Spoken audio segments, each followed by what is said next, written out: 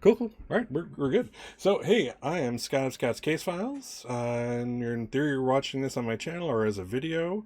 Um, we are now doing a Tales from the Loop campaign.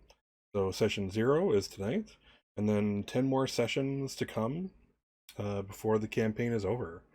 And basically, I basically made my own city for this. We'll get into that later. But first of all, let's introduce my players. My awesome players. Let's start off with Dr. Oculari up here. Doctor is happy to be here. He is silent. When he speaks, he means it though. I'm happy to be here. So Doctor was actually he played. Correct me if I'm wrong, Doc. The my Blades in the Dark campaign, which was my campaign I did before this one, was your very first role playing game experience. Was that so? Yes. Yes. Yes. And I really hurt because, like, in order to keep him in the theme, I had to push down his creativity. So I'm hoping that I'm going to have to do less of that now, but I'm not saying you're going to have to do more. Yeah, I'm going to cry inside every time, but there we are. So anyway, but I thought you'd get into this one because it's a little, at least you can exercise a little more. So we're going for that. Cool. So we also have Aaron. Hi, I'm Aaron. I'm going to play Mikey Wong. Nice. Computer geek. Yes, Aaron has been my friend for several decades now, etc. I saw his kids grow up. You know, we've been that for a while. Best man at my wedding, by the way. We've wrestled with Rottweilers together. Wrestled with Rottweilers. We've done a whole lot, and we've gamed and we've told stories. Aaron is the creator of the Neverworld role playing game. That I got the honor of working on in the mid to late 90s, and that was pretty awesome. So he's been my role playing guru for quite some time, obviously. So that's Aaron. Now we have Tim. Hi, I'm Tim. I'm actually a Scott's Case Files virgin, so this is my first campaign. Really thrilled to be here. I played RPGs back in the day, as they say, but just started getting back into it again. So really looking forward to it. Perfect. So I've never met Tim in person, but I have played Guild Wars 2 with him, and he's pretty awesome. Takes direction, which I'm hoping carries over to the role playing game world. We'll see how that goes. But really good guy. So it's hard when I heard that he was interested, I could not say no. So awesome. So thank you for coming, Tim. And last but absolutely not least, we have Robert. Hi, Robert. Hey, I'm also Scott's Case Files. Oh my god, this is like when you call into the radio show and you're like, and who just win those awesome tickets from? And you're like, 90. Oh, yeah. Or even worse. Thanks, baby. It was great. What's your name again? I'm also Scott's Case Files virgin. I'm kind of a wild card in this situation because this is the first time I've met any of these people. I've met Scott like a week ago, and we'll see where it goes, I guess. Yeah. We will be forming strong bonds, you and me. Awesome. Yeah, Robert is my new blood for this campaign. As usual, I put out a questionnaire to various sites to fill out. Basically, it kind of helps me gauge how people answer the questions. It helps me gauge, like, are you really interested in this, or are you just kind of like, whatever, I'm not doing it for 5 minutes, I'll fill out this thing and then not care afterwards. It also gives me an idea of how they game. It's like, it's kind of, though the downside is it's very much like a job interview, I feel, because it's like, you're not gonna really be honest with me and tell me, yeah, I don't like playing with other people very well, and I hate humans, and you're not going to tell me that in the questionnaire, but it's my best thing to do, and so it helps me kind of weed out people who just wouldn't work out with the group we have, or their personality is just not what I'm looking for. And Robert was the opposite of that. Robert really wowed me, and he really great answers. Really heartfelt. I think. You don't? Do you want to know the questions? Yes. But no, Robert was awesome, and out of the group I got, his was the very best of the best. So I contacted him, and as Robert was actually telling the gang before we went live, what do you call it? One of the things I do before getting everyone ready is I do a tech check, make sure that indeed their technology works. Their camera works, their mic works. So on the day of, suddenly we find out that everything doesn't work, and then everything's ruined, and I cry a little bit inside and outside. And Robert was struggling with that mic and that camera, and we eventually got him going on his phone. I mean, again, I suppose I have to consider how far technology has come even recently, that really, if you're going to do something with video,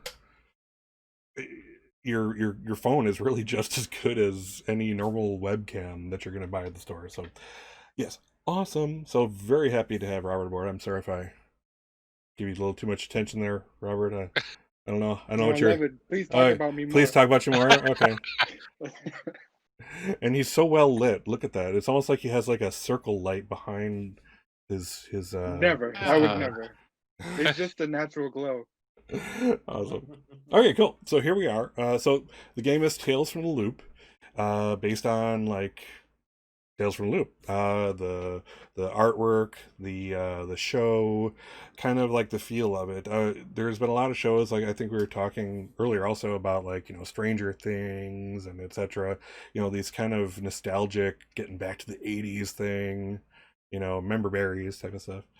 And what do you call it? Tales from the Loop is all about that. It's like one of the things I'll show you I did the campaign video is like one of the game hinges on the concept that it's like, this is not today. Kids don't have cell phones where they're reachable at a moment's notice, where their parents know where they are all the time because they're GPSed, or they can find places via GPS, or they don't have the internet. They have the library. They have the most basic form of the internet is available to the public at this time. This is like, the internet was originally developed by the American military as like, or the American government, I should say, as a way to communicate between sites. And at this time, it was still very in its infancy. There were no websites, to my recollection.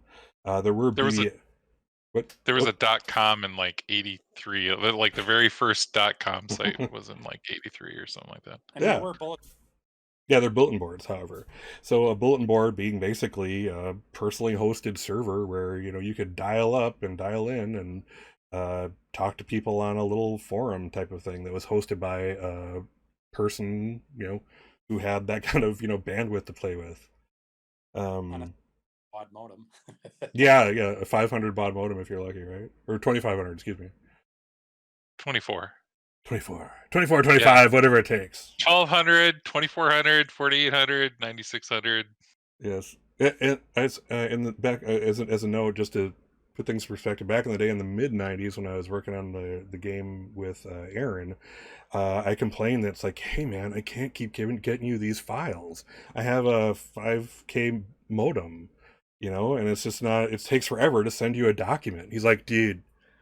Because he that's what he called me back then.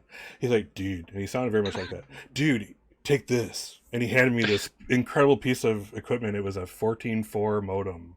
I was like, oh my god, data stream faster than sound, faster than thought, So put that in perspective. High freaking tech. So yes, there were BBS's bulletin boards. In fact, maybe Mikey Wong runs one. We don't know yet. We're going to find that out. So hold that. Put a pin in that.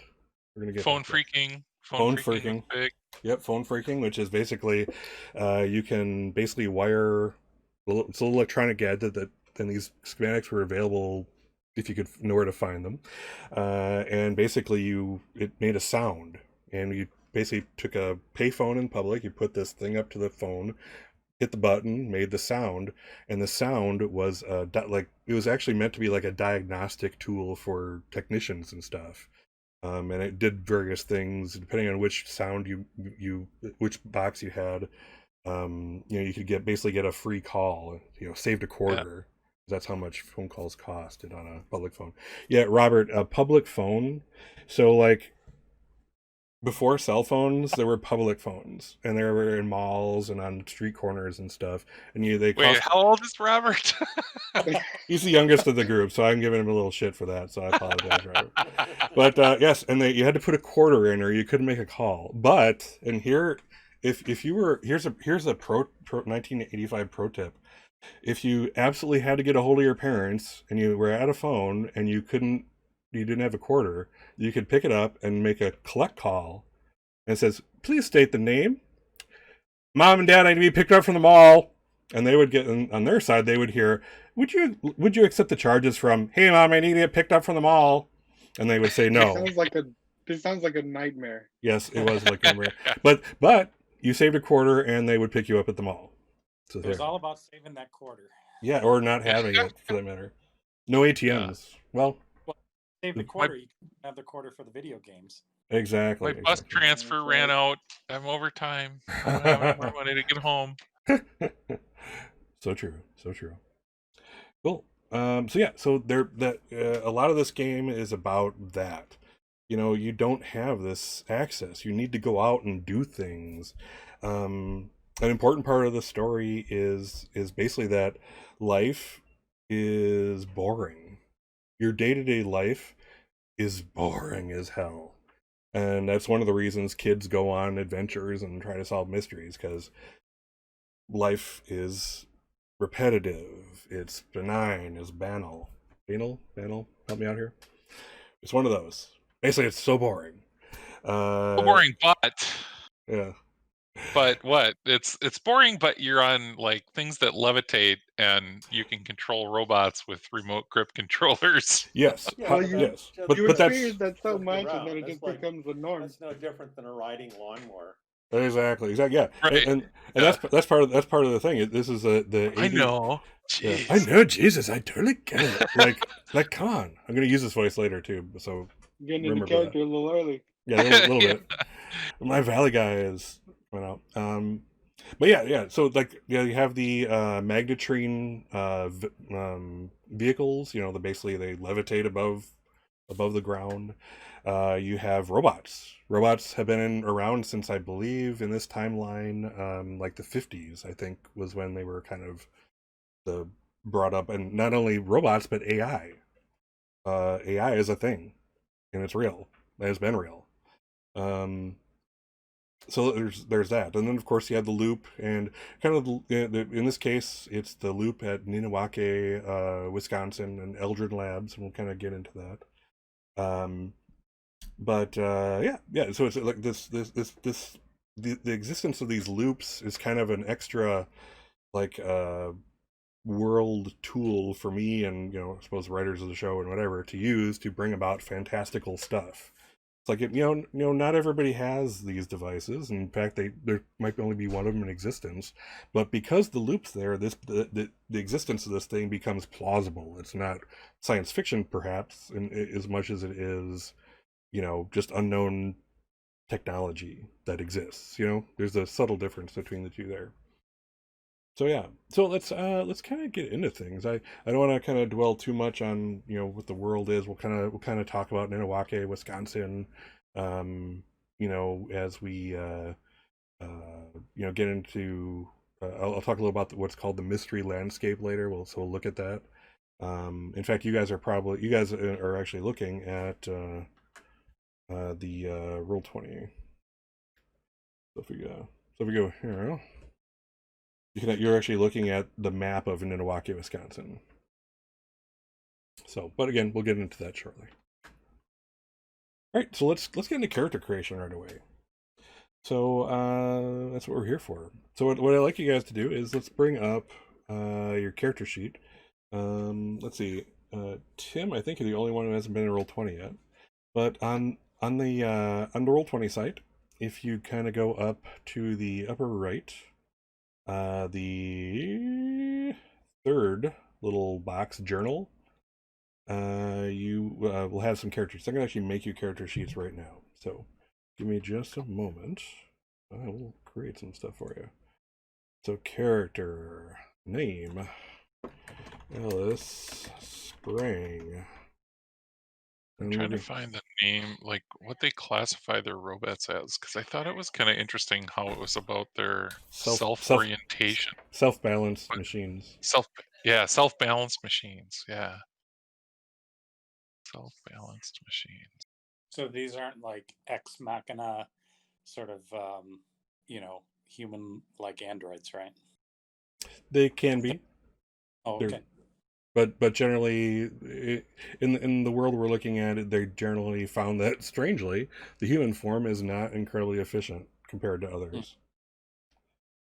So is there anything considering the era, I like to think that, or at least the way I've made it up for myself, is that, there's artificial intelligence and all that, but this is something that sort of erupted out of analog computing rather than digital computing. So I have what's no idea going on on that one. behind it is completely different. Yeah, I could see that. Martin.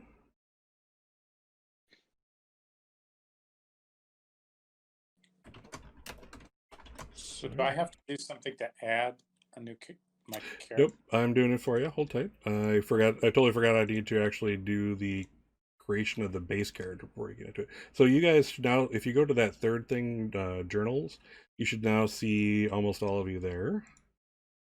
And you're counting from the right when you say the third, right? I'm counting from the top. We might have an extra icon than we do, because for me It should it's be the number second, 2. yeah. I think Yeah, DM's I have don't an know. extra screen. I see a folded newspaper that That's says the one. journal. Okay. Yeah, so if you click that, you guys should see, everybody now should see all 4 of your characters, right? Okay. So select yours. It's important that that this is Alice Wonder Sprang, not just Alice Sprang. Oh, Wonder Spring. Alrighty, we can change that. Hippie parents. Hold on. Let's see how. Alice Wonder. Alright. Cool. So why don't you guys open up your own character sheet? So let's let me know if you can't do that for some reason. But everybody should technically see everyone else's, and everyone can technically edit everyone's. Though there won't be a reason for that. But it's nice to kind of give everybody some, like, the ability to at least see it and kind of etc. So all right, so you should see Tales from the Loop. You should see the up at the top, just above that. If you're in the character sheet tab, is where we want to be. Up in the top on the left, there's TTFL or TFTL and TFTF. We want to make sure that the TFTL is highlighted. That's basically Tales from the Loop as opposed to Tales from the Flood, which was what Aaron was talking about earlier. Yeah. It's a different thing going on here. So now that we got that, let's start looking at the basics. So I think you've already selected you have your names, you have your types, and I think you all selected an age. So one thing we want to kind of go into mechanics wise with age is that when we're spending attribute points, when we're upping our attributes or body, tech, heart, and mind, your pool to do so is your age. So the older you are, the more points you have to distribute. Conversely, you also have what's called luck points. Luck points let you re-roll your roll, basically. And that is the opposite. So it's you get 15 minus your age in luck points. So the younger you are, replenish. and those replenish each session. So basically, the younger you are, the less attributes you have, but the more luck points. The older you are, the more attributes, but the less luck points. So in this game you can be a maximum of 15. I'd prefer you stay 14 or 14 to 10, that area. And that's because we are probably going to hit birthdays as we kind of go. and that would basically means you gain a year, and therefore you lose a luck point, and you gain a attribute point, and that kind of thing. There's also experience points like any other game, really, but that's for another moment. So right now, so you should have your name, your type chosen from that dropdown, your age, your gender, and again, so for luck points, it's 15 minus your age. So if you're 10, you have 5 luck points. Put that in your luck points and max luck. All right. All right. Let me know. Kind of put your hand up when you got those things done. All right. We got 3. Do we have 4? I can't quite tell from Tim in this view. Tim's good. Okay. Everybody's good. You guys are really efficient. You're not like my normal crew. Well, this is the easy part. Yes. We All haven't right. got to the stuff I'm totally confused about. Oh, like that's like everything? Yeah, everything from here on in. Okay, that's good. That's perfect. That's great. All right, so attributes. So the way the mechanics in this game is you have your attributes and you have skills. Now your who need? I clicked a button by mistake. Oh, that's fine. No, it's kind of cool to see how it looks horrible, whatever it is. Awful. You're I think you're the name of your item is pushing it down too far. Oh. So not a biggie, not a biggie. Okay, so attributes are paired with skills. So in games like I'm sure I'm not sure, but I'm assuming several of you have at least played White Wolf, where it's like, the attribute and the skill aren't necessarily going to be always the same. In fact, they may be very different combinations. You can have like an endurance, stealth. Having to do it for so long, or you can have like a dexterity stealth, that kind of thing. Well, the attributes are always bonded to a skill. So if you scroll down a little bit, you can kind of see which skills are linked irrevocably to what attributes. So for example, body controls sneak, force, and move. So your body will always be added. Basically, the 2 dice pools will be added together to get your dice pool total. So body and sneak will be added together, and that gives you your roll. And in this game, we're rolling 6-sided dice, and we're equal to the number of your attributes and your skills total. And we're looking for 6s on a 6-sided dice. 6s is a success. 1 through 5 is nothing. No, and there are no like whammies as 1 or anything like that.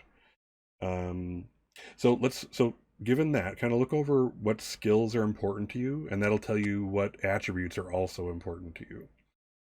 So let's do that first. So let's look at attributes. Attributes can be between 1 and 5, and again, where your pool to choose them is your age. So when you're all done, all your attributes added up should be your age. Well, but it sounds like I don't necessarily want to just pick attributes. I want to pick the skill, the skills I want, and those are going to define the attributes. They're both linked together. So kind of get like my point is look at the skills you want. Yeah. When you roll a die, you're going to take an attribute plus a skill for total dice, right? Right. Well, I exactly. guess what I'm saying is I have no basis to look at attributes and say, oh, cool, I want tech. What I want to do is sort of not even pay attention to that initially and look at skills, right? Sure. Okay. Let's do it that way. That way works also. So this will give you an idea of what you want to pop your attributes into. That's fair. All right. So let's go to skills. So let's see here. All right. So skills. So let's start. If you scroll down, let's start at the top. So starting with sneak. So let's see here. Sneak is strangely enough the ability to hide and sneak. Crazy. These writers. Force. Now this is kind of your overall, anything with strength and endurance. Well, not endurance necessarily. Strength and using your bulk. So we're talking lifting things, fighting, endure physically stressful situations? Can you make it through gym class without puking? That's a force. Fighting on the schoolyard, force. Lifting the truck off your buddy, force. So that's what that is. So move. These are anything to kind of do with traversing things, climbing, running, swimming, even. Balance. Again, traversing. Let's see. So we have, let's go to under tech skills. We have, let's see, program at the top of that one. So program, the ability to create and manipulate computer programs and electronic devices. Okay, so this is your computers. This is your, actually making programs, actually, hacking your own computer or somebody's computer, in terms of electronics, that kind of thing. Making the little freak machines like Aaron was talking about before. And then the converse to that is tinker, which is mechanical. So this is all about moving parts. So this is not the brain of the robot, but this is the body of the robot is technically tinker. It's mechanical. It's moving parts. A car falls under tinker. So the cool thing about program and tinker is these can be used to make bigger things. Again, you can, are you creating the body of a robot of your, battle robot or something of your very own? Are you programming something to do something specific, et cetera, et cetera. So these are used to, these are your crafting skills, program and tinker. So keep that in mind. Okay, calculate. And this is more of like an understanding of technical things. And so whereas programming and tinkering is doing the thing, this is getting it. This is like, I understand why, why my basic program crashed because I put it in an endless loop, that type of thing, et cetera, et cetera. So this is like, a lot of times if we're looking at anything technological or mechanical in nature, you may have to do some kind of calculate roll to understand it first. Like logical deduction too. Yeah. Yep. Let's see here. And I believe, yep. Yeah. Yes. So let's see. So let's go to calculate. Okay, contact. Art. This is basically knowing the right person at the right time. And that's, we'll get to the role of adults in this game, but basically it's like finding people. We need to get this one guy. So this is your ability to maybe know where that person is and get to him. Charm. This is everything to do with your cult of personality. This is charm, lie, befriend, manipulate. Anything you're going to do socially to influence someone. This is charm. However, the exception to that is lead. So this is a leadership thing. This is you're motivating people to do great things, and it can also help heal people. So eventually, you're going to take what equates to damage in this game. It's conditions: angry, scared, exhausted, injured, broken. In order to heal those, with the exception of broken, that's a mechanic thing we'll get into. In order to heal those, you need to either hang out with your anchor, which is coming, or someone with the lead skill can roll it for you and try to comfort you and try or heal you or bandage you or give you a pep talk or something and remove that condition. So that's a healer. And then empathy. So this is kind of are we there? Oh yeah. Let's see. I'm gonna go on the list here. Investigate. Let's start with investigate. So investigate, the ability to find hidden objects and understand clues. It's everything a private eye would need. That type of thing. Comprehend. Comprehend is the ability to have the right piece of information, like just by your book knowledge or your working at school, or the ability to find it at the library. This is a library. This is a Dewey Decimal Scale here, boys. So yeah. So that's if you're ever gonna need information or need to look it up. Yep, card catalogs, exactly. I was really sad when they took card catalogs out of library. It was a sad day in Scottsville, I agree. Yeah. Yes. So yes, card catalogs, exactly. So if you're going to find information, this is a great skill to have. Empathize. Basically, this is the kind of "is he lying to me" skill. Getting an idea of how people are ticking, what their motivation might be, that kind of thing. If you ever want to answer those kinds of questions, that's where you go. Cool. All right, so that's skills. So let's see here for skills. Skills can be between 0 and 5. And let's see, you have 10 points to distribute amongst them. No matter what your age, etc., you get 10 points in skills. At the beginning of the game, you may take up to a level 3. In your key skills. So if you look at your type, you'll see I think there's like 3 key skills that kind of define your character. You define that type. So those can be up to level 3. Other skills can only be 1.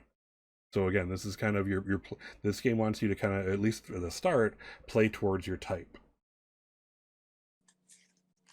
So again, let's go ahead and distribute those. So again, total of 10. They can go anywhere from, in this case, 0 to. What was type? Where you're a rocker, for example. Oh, okay. So look at your type in the book. Look up rocker. Yep. Okay. So let's look them up for you real quick. So yours are move, charm, and empathize. Why am I not seeing? I know it's right there, right at the top. Key skills: move, charm, and empathize. Oh, okay. Okay. Robert, do you know yours? I'm not sure if you got the book yet. I have the book up right now. I'm looking. Okay, so let's see. So weirdo, which is what Robert is. Well, Robert's character. Excuse me. Sorry, Robert. It's not you. It's okay. No, I'm deeply offended. I see the tears. Okay, so for weirdo, it's sneak, investigate, empathize. Let's see. Jock, force, move, and contact. Computer geek, we have calculate, program, and comprehend.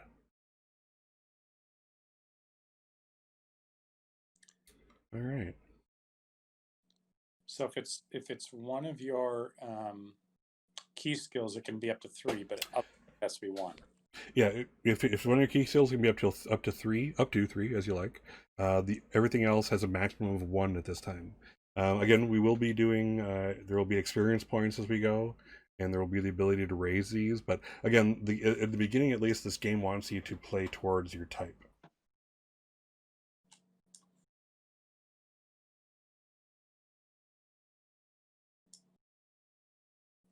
We'll grow. Cool. All right. Let me know when you guys are good, and we'll go from there to attributes. Can we tweak this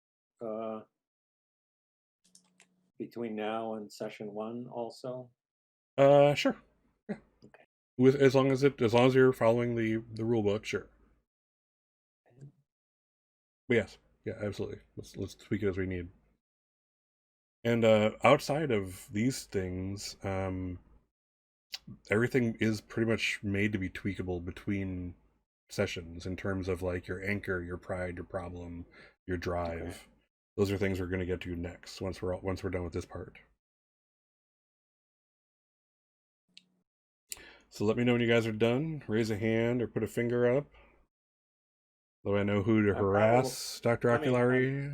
I'm probably not going to be done until Wednesday or something like that. But... Well, just get something on paper for now again. Yep. Yeah. That's first pass. Yep. Yeah. Let's see. We're gonna put one here. No pressure, Doctor. You're just the very last one. Okay. Pressure. Really? Sorry, I'm just really getting into trying to think this through, which I probably shouldn't be doing. Yeah, no, absolutely. So, okay. what are your thoughts? Talk out. Let us enjoy it with you. I can assign the three key skills. I can assign up to 3 points for each of those. Up to 3 if you would like, yes. The other ones, I could still assign up to 3 for another one, but it just wouldn't be one of my key skills. No. Right? No. For your non-key skills, the maximum you can put in any one of them is 1. Okay. All right. With a total of 10. Yeah. But yes, key skills are the only ones that you can presently assign above 1 to. They can get up to 3 as you like, or not, or they can be 0 technically. What is? Good job. Nice, Jude. Where did her go? What am I looking for? Oh, Legion. So feel free to talk it out. If what are you thinking? What you looking at? Well, before I talk it out too much, to what extent, when we're playing the game, are we finding out about the other characters? Do I want to talk a lot about how I'm envisioning Alice Wonder, or It's as little or as much mystery as you like. okay. I think part of it is All right. we're going to interact a lot and kind of arrive at agreements as we go. Okay. So, I mean, there's obviously rules in the rule book, but the things that aren't in the rule book, I think we're all going to be making suggestions because it's a, Sure. collaborative game. So, yeah, it's not to the collaborative to the degree of Urban Shadows, which Aaron dreaded in the sense of the opening move, having to create the story for me because I didn't have to do any character or anything creation because all the characters did. Because Scott is so lazy. Oh, I'm so lazy. Right. You didn't even make our character sheets before this. I totally didn't. Yeah. Totally did not. Okay. I just erased them all. Yeah, I think I'm just sort of, my brain is sort of.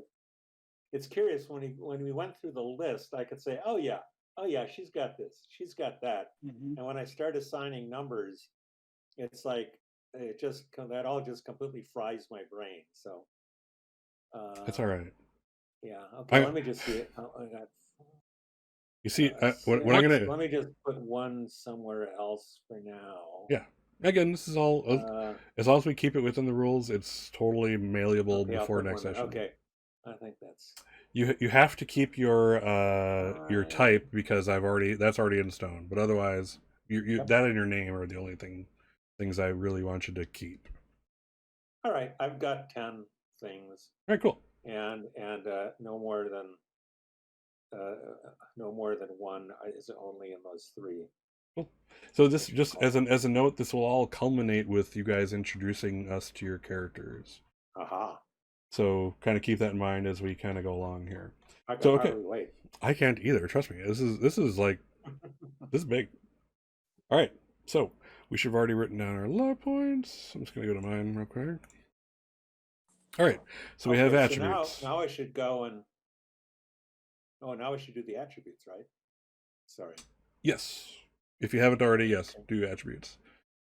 All right. So from 1, assign 1 to 5 in them. So and it's basically 15 minus your. What? I'm gonna mess myself up here. That's luck points. That's luck points. I'm sorry. No. Yes. So attributes are your age. Sorry. Thank you, Robert.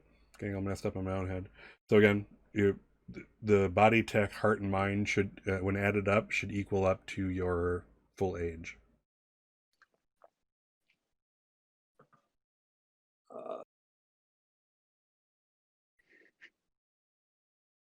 I'm sort of just making this up. Again, very malleable. So are we? Okay. Okay. It adds up. It adds up to 14, I think. Okay, cool. All right, next.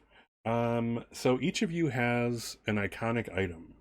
Okay, so this is really important. This is the thing that kind of helps define you as you. It's kind of integral to you, and also on the mechanical side, it's something that you could potentially use relatively often in the game, right? So this is something that I can't, as a GM, I can't take it away from you or break it or get it stolen, at least for any amount of time. It's always going to come back to you. It's always going to be okay.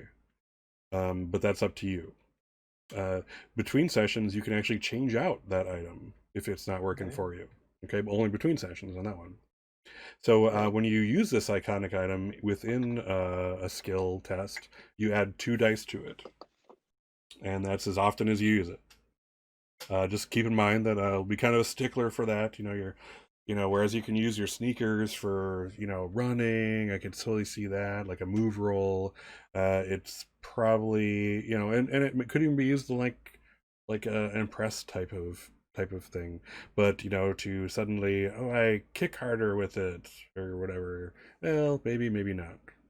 So just kind of keep that in mind. Let's make it a useful item, something you're going to get use out of, something that your character would have on them. Basically, the idea is it's generally speaking a portable item of some sort. It's something you can keep on you or in your backpack, that kind of thing. So think about that, kind of what helps define you. And again, what you would find useful in mysteries. This is your description actually helps me, I think, understand this a bit more. I hope so. I do try. I try not to be cryptic, Doctor. I know you don't believe that. What do I do? What? I'm just messing with you, Doctor. You're fine. Okay. Sorry, I was thinking. I'm trying not to be cryptic, though. Item. Okay. Cool. So I can just fill this in then, right? Fill it in. Okay. Yeah. Nice. All right. Anyone else? Anyone not have an iconic item? I've been thinking about this thing for the whole week, man. So is that you're still are you trying to tell me you're still thinking about it, or you already figured something out? I understand that, man. I spent most of today just trying to wrap my head around. I wasn't understanding. I've reached most of my conclusions today. Yeah. Cool. All right. Cool. All right. So the next thing. Wait, what is this body thing? An iconic item, a name, and then there's this drop-down list. What is that for? Yeah. So that's okay. So this sheet is also how you're going to roll, Doctor. It's kind of very much like Blaze in the Dark. You clicked on the thing you wanted to roll. So what this does is it gives you that drop down. Let's say I don't know what your item is, but let's say it's a electric guitar. You're a rocker. And you're going to use it in, I'm going to have you do some kind of leadership role. You're trying to inspire the troops. You're going to do the rock anthem of the ages to really psych them up. So I'm going to say, okay, dude, so you're using your iconic item. So go ahead and use that drop down and click lead. Check lead. Okay. And then to the right of that. This isn't a decision we make now. This is a decision that this is on the circumstance. Yeah. So, and then you notice a little button to the right of it is the actual roll button. Okay. So and then that'll like has just been demonstrated. You see how it kind of says, oh, he's using this. This is the item he's using. These are the dice that are being rolled, and because he gets 2 extra dice for that, etc., etc. So. Okay. Yeah. So that's that. All right, so let's move on. So the next is let's go just from top to bottom on the sheet to make things simple. So your anchor. Okay, your anchor is your support person. The person that kind of is always there to at least maybe they don't it's like a Homer Simpson. They may not care, but it doesn't mean they don't understand. That kind of thing. So basically, this is the person you go to for comfort, for help. This is someone important to your kid. And by the way, kid in this case is capital K. Differentiates from just kids in general. Your capital K kid are player characters here. So your anchor, again, someone that you kind of go to for help, for comfort. The anchor is the mechanic that's going to be doing the healing of your character, healing of conditions of angry, scared, exhausted, or injured, or broken even. Again, which we'll get to. It's kind of generally it's along the same terms as the lead skill. Like I was telling you before, how you could heal one thing on someone else potentially. So, but basically talking and spending time and kind of emoting, going back and forth with your anchor cures all of your conditions in one fell swoop. Even broken, which is basically like you're out of business, you're out of the game. You there's nothing, you can't make any rolls, you're just there but not there. That's broken. And the only thing that can cure broken is your anchor. So that person is one you're going to go to kind of heal these kinds of things. So it's important from a mechanical point of view. It's also very important from a character point of view. This is someone you value. This is, again, it could be a friend who's not another kid. It can be a relative, a teacher, a school librarian. You know, again, the mayor of the city, someone you have contact with, someone you go to, someone who is willing to spend at least some time with you and fix things. So, all right, fill that in. Anybody need a little more time? Again, Do we fill it in with the like a who the name of a person is? person. Just the name, not who they are? Whatever you like. Okay. As long as it's identifiable, we're good. All right. Anybody need more time, or should we can we continue on to Pride? I am ready, senor. I'm ready. Ready? Ready, player fours. So, okay, Pride. So Pride this is like your superpower. Your pride is what makes you feel like this is what makes you not necessarily better than everyone else, but it's your strength. If there was some, fill in the blank thing of what if in your kid got at grade school or middle school or whatever, what is your biggest strength? This would be that thing. And it can be like, I have the best GPA in school. I can jump higher than anyone. I'm the fastest runner. I can, beat Oregon Trail without getting dysentery even once. Preferably something again. So it has, again. This is two sides. So your pride is, again, this thing that makes you feel powerful, right? Mechanically, the other side of the house, if your pride applies to something, like let's say you're doing a roll and you either fail by getting no successes, or you get one success and you need two on that very rare occasion, you can do it. You can what's called check your pride once per session.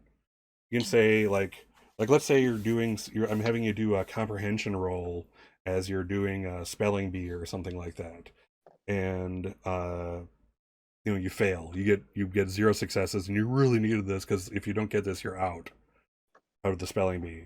So you can say, you know what, my pride is I have the best grade point average in school. I'm going to check my pride, and I'm going to take one success there. Like, sure, no problem. You've checked your pride. You can do that again once per session, and only once per session. And again, it has to, what you're doing, what you failed or what you need more successes in, has to apply to that pride in some fashion, some not logically totally stretching fashion type of thing. Sense to me. Yeah. So again, pride, your superpower. All right. Anyone need a little more time for that? Nope. No, senor. Excellent. You guys are on the ball. Wow, you're not like any other group I've ever played with. You guys are like just snappy. Amazing. I'm ready to go. Yeah, you are, Robert. That's the attitude I'm looking for. Nice. Well, I tried not to be snappy about all that skills stuff. Well, This makes up for That's some of important stuff. it is. All right. We still got relationships coming up, so don't expect it to keep going smooth. It'll break down. Well, that's gonna get fun. So we're not to relationship yet. Don't jump ahead of me, Doctor. Don't jump ahead. All right. So let's go to problem. So let's see here. So problem is a problem in your everyday life, right? So this is something at home, in your school life. My dad's a drunk. We're really poor. I get bullied at school every day. I have, like, I don't know. some kind of everyday life problems. This is not this is a problem not having to do with the mysteries that you're going to get into. This is just like, going to school, home life, friend life, that kind of thing. So kind of, think about that. And again, this is and so anchor, pride, problem, drive. These are all things that can change after every session. So if like you have a problem and you felt you've overcome it, or you're tired of exploring it after a session, just let me know you're changing it and change it. So so it has little mechanical value, right? So what it is it does two things. It's one, it basically kind of helps give everyone else kind of a look into the problem in your everyday world. And for me, this is the boring part of life that we're yes, adventuring to escape. exactly. Your home, your school, your normal friend life, that type of thing. So Wow. so That now throws a complete wrench into what I was going to. yes. So down. comparatively, what it also does is it tells me this is your way as the player to tell me, I want you to get me in trouble with this problem. So I want to explore this. So this is your wink to me to say, Wow. this is what I want. As a player, I would really like to explore this thing or this problem in my kid's life. My kid, that sounds weird, right? Yeah. Thing. Okay. Now I don't know what to say for it. I I don't had a think it really really. epic problem, and this is. You lost it. I had a big epic problem. Don't we all, Dr. Oculari? Called life. Your chain keeps falling off your 10 speed. Oh man, that'll mess up your day, man. Going down a hill at 35 miles an hour somehow, chain falls off. You're one scared little bastard. First you say it, then you do it, as the saying goes. All right. I'm going to have to think about this one. This is a whole other thing than what I was thinking it was. Okay. Do you need a hand? Can we, as a group, help you out? That's another option here. Jack is always waiting for me at the bus change stop. I got to shift my,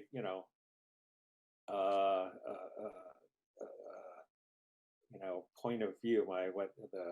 What is it? Shift your your reference point, your reference thingy. Okay. To something that's mundane. Cool. Do I have to fill it in right now? I would like you to. You can put a placeholder there or something if you want. Okay, I'll just. Yeah. Basically, my goal with this session is to finish your characters, introduce your characters to each other. Okay. We're going to find a hideout for you guys, and then I'm going to introduce you to a little bit of Ninawake, Wisconsin, in terms of the mystery, what's called the mystery landscape.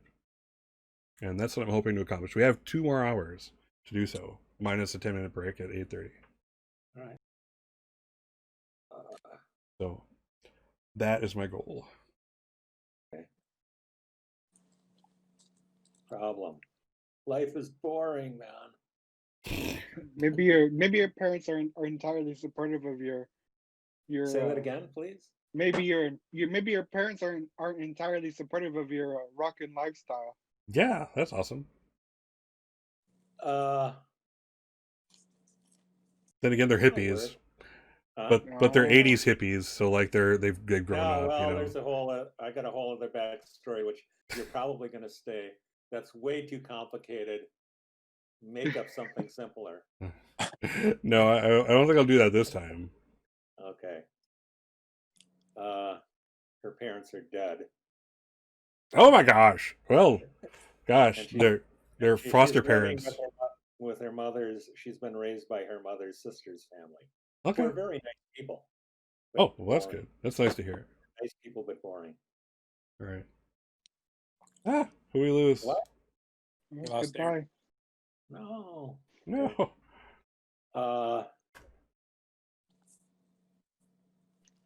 Who'd we lose? We lost Mikey Wong. What did you say, Robert? Something about they're not I got entirely distracted when you said parents. It kind of threw me off.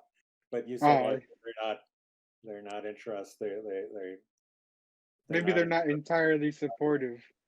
Maybe they Yeah. want you to be a little Yeah. more This reserved. is the '80s when they were putting warning labels on records because they were of the Mhm. devil. This could be if they're religious, maybe they just don't like that rock and roll music and all the swear words Yeah. it uses. It starts to verge into. Okay, I'm going to use that one for now. Thanks. Sorry, I'm Catch about any time. died. Welcome back, by the way. No problem. All right. Okay, so that makes Aaron, you all back? You're back? Yeah, I'm back. What Alright. are we on? We're about to move to Drive.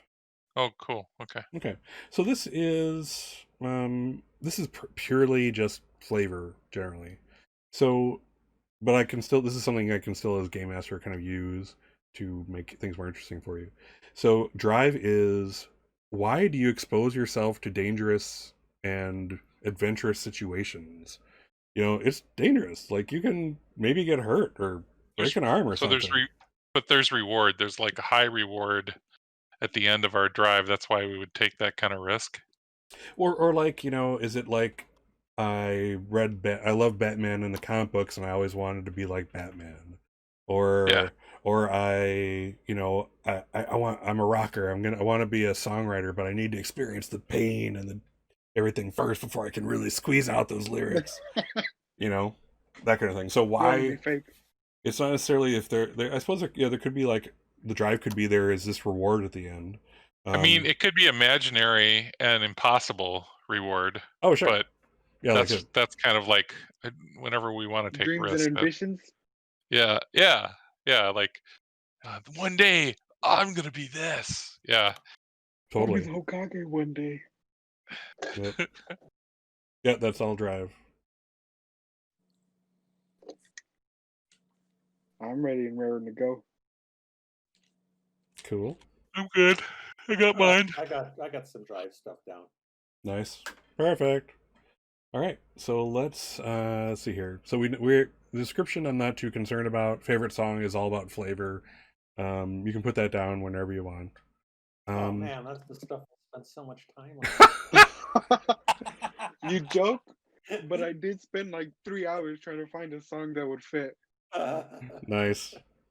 All right, what is this? I got to know what the song is, Robert. What's your song? Eleanor Rigby Oh, from the Beatles. Yeah. Cool. It's not exactly 80s, but there's a reason. It works. That's okay. You're the weirdo. Right. Like, why do you like such old music, man? Jeez. Yeah. Mine is Girls Just Want to Have Fun, but Alice always tries to do it like a heavy metal cover. Nice. Oh. You don't do the really sad acoustic version? No. Girls, they just want to have fun. Just want to have fun. Nice. I'm gonna clip that. I'm making a note of that. Okay. That's going viral for That's sure. going viral. Yep. Awesome. Cool. All right. So that's again description, favorite song, all flavor stuff. So all right. So here's where so relationships. This is like the last main item we need to cover. So if you look at your types thing, you'll notice that the relationships listed they relate to the mystery landscape that the book has kind of charted out. So let me first bring you into what a mystery landscape is, and this is kind of quasi unique to this system, which in a way I find very interesting. So it's described as being like sandbox adventure, kind of. So what happens is, if you'll notice, let's look at the map. Like you guys can see the map of Ninawake, right? Ninawake? Yeah. Okay. So you'll notice there are several highlighted blue areas. Eastview Hospital, Abandoned Silo, Library, Combined School, Halloran Video, Fantasy Zone, Eldrin Labs, Infinity Connection, and Robot Graveyard. So what this is basically it's half sandbox, a third like prep, and a third whatever. So basically what happens is for each of these locations, I have several things written out. I have kind of a description of each. I have the truth. So there's a mystery going on here. There's something happening, and here's the truth behind this. I also have hooks to kind of get you interested in them.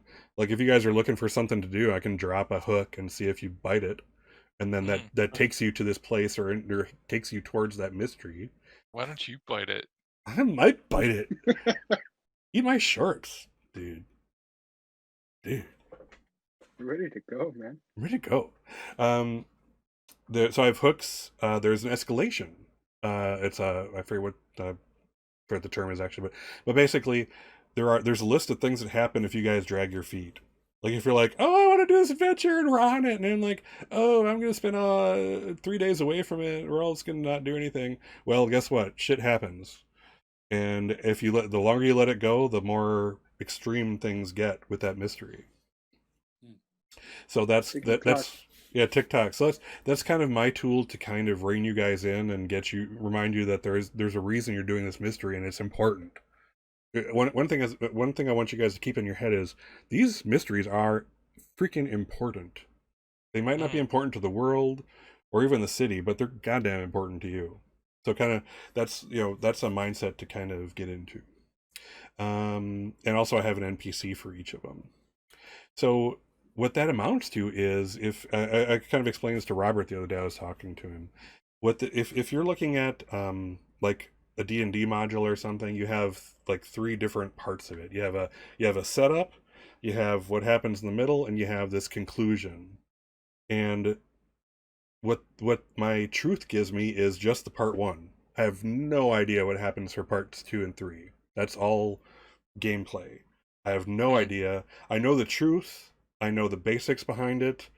I know what's kind of happening behind the scenes that you guys don't.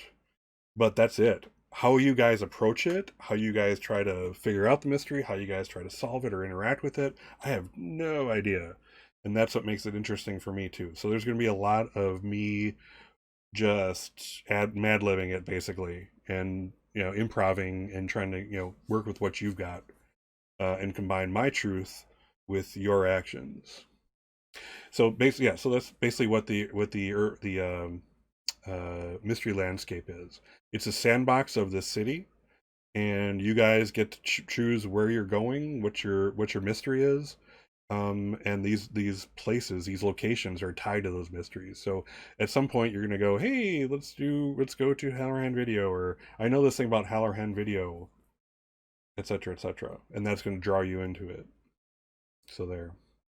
So what I've done is I've also created relationships for you. Just like there are 3 relationships in each of your types, there are 3 relationships for that I've created specifically for my own mystery landscape. So I'm going to send those to you, and I'll let you choose 2 of the 3 I'll send you. So just give me a moment. I didn't realize there were relationships for our types. I'm going to have to look that up. Yeah. Again, you don't have to look it up because I'm going to send you all that you need to know. Oh, I thought you said this is in addition to the relationships of our types. No, so the relationships listed in your types specifically are made to tie you into the mystery landscape that the book has created. So was it Boulder City, Colorado, or Sweden? I gotcha. So mine are specifically. You got yours. I've got mine for this. So let's. I'm just gonna paste them in. Let's see. So we have the Computer Geek. You've lovingly crafted a relationship for me. Yeah, that I have. Ooh, that was freakish. All right, so I'm gonna put them down here. Good. All right, so that is. Let's see. Hold on. Let's see. Yeah, there we go. So there's 3 relationships for you. The computer geek. Oh, where is this? In the chat. Oh, in the chat. Why? So where you roll your dice, the same place. Oh, on Roll20. Roll20. I gotcha. Okay. So let's see. So that's yours, and I should probably label these. Gotcha. So let's go. Okay. So next, Jock. Oop. Crap. Jock. Let's see.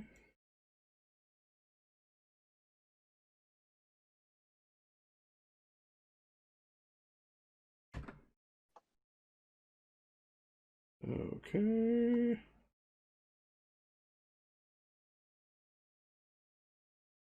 Here. And let's see. So we got Jock, and we need Rocker.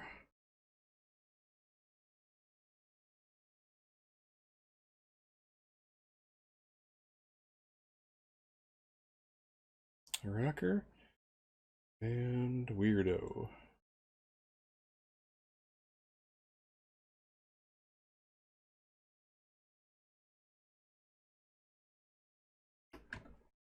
There you go. So I given you each have 3 relationships, 3 links to NPCs in the mystery landscape or something relating to it. But basically, these are your own hooks to kind of get into the mystery landscape, on your own. Got it. So basically, pick 2 and pop them on your character sheet under relationships.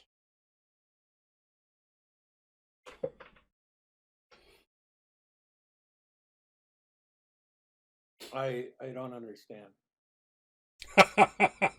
What can you specifically explain what you don't understand? Okay, I'm looking here. You've got 3 Well- things. okay, and so like Jimmy Vargas. No. Right, Okay, so I need you to look under Rocker. So go Okay. further down. You're going to see Rocker. Okay, Under Rocker, Like there are 3 yeah. things. And local they're metal band is moving to L.A. Yeah. yeah, so these are again Drugs Man is it the second one? yeah, and then the third one. Looking for some song inspiration. Okay. Yeah. So these are all links to the mystery landscape. And Nice. you choose 2 of them. Basically look at them, decide what looks cool to you, what sounds kind of cool to start off mystery with, and those are the 2. Again, these are kind of I'm building in some links to my world here, my city as I've created it. So when all else fails to get you into a mystery, you have one of these to fall back on potentially, or to start with for that matter.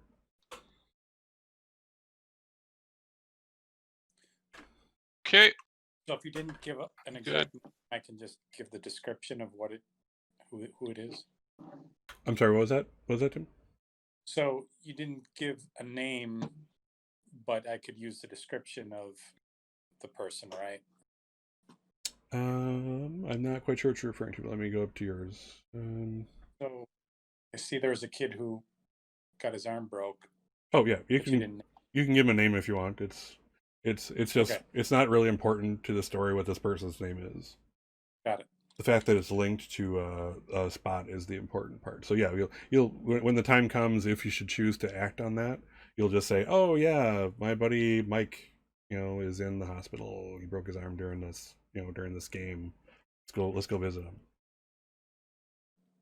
I thought you were the Okay. rocker. What's that? I thought you were the rocker. No, Tim is the jock. Tim's the jock. Doctor. Alice is the rocker. Yeah, Dr. Ocular is the rocker. Good times. Rocking out. Okay, so what do I just copy and paste 2 Yep. of these into Copy it. Yep, into the relationships part of your sheet. the name or the whole description? Doesn't matter. I put the whole thing in there. Because those little windows can expand. Yeah. Okay. Yep. So hit add relationships. Click the add button, and then Yeah. there you go.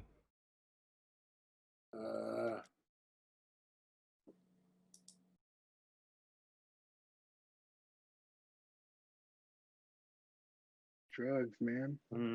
It's a tough one. Drugs, man. Just let your hands do the driving.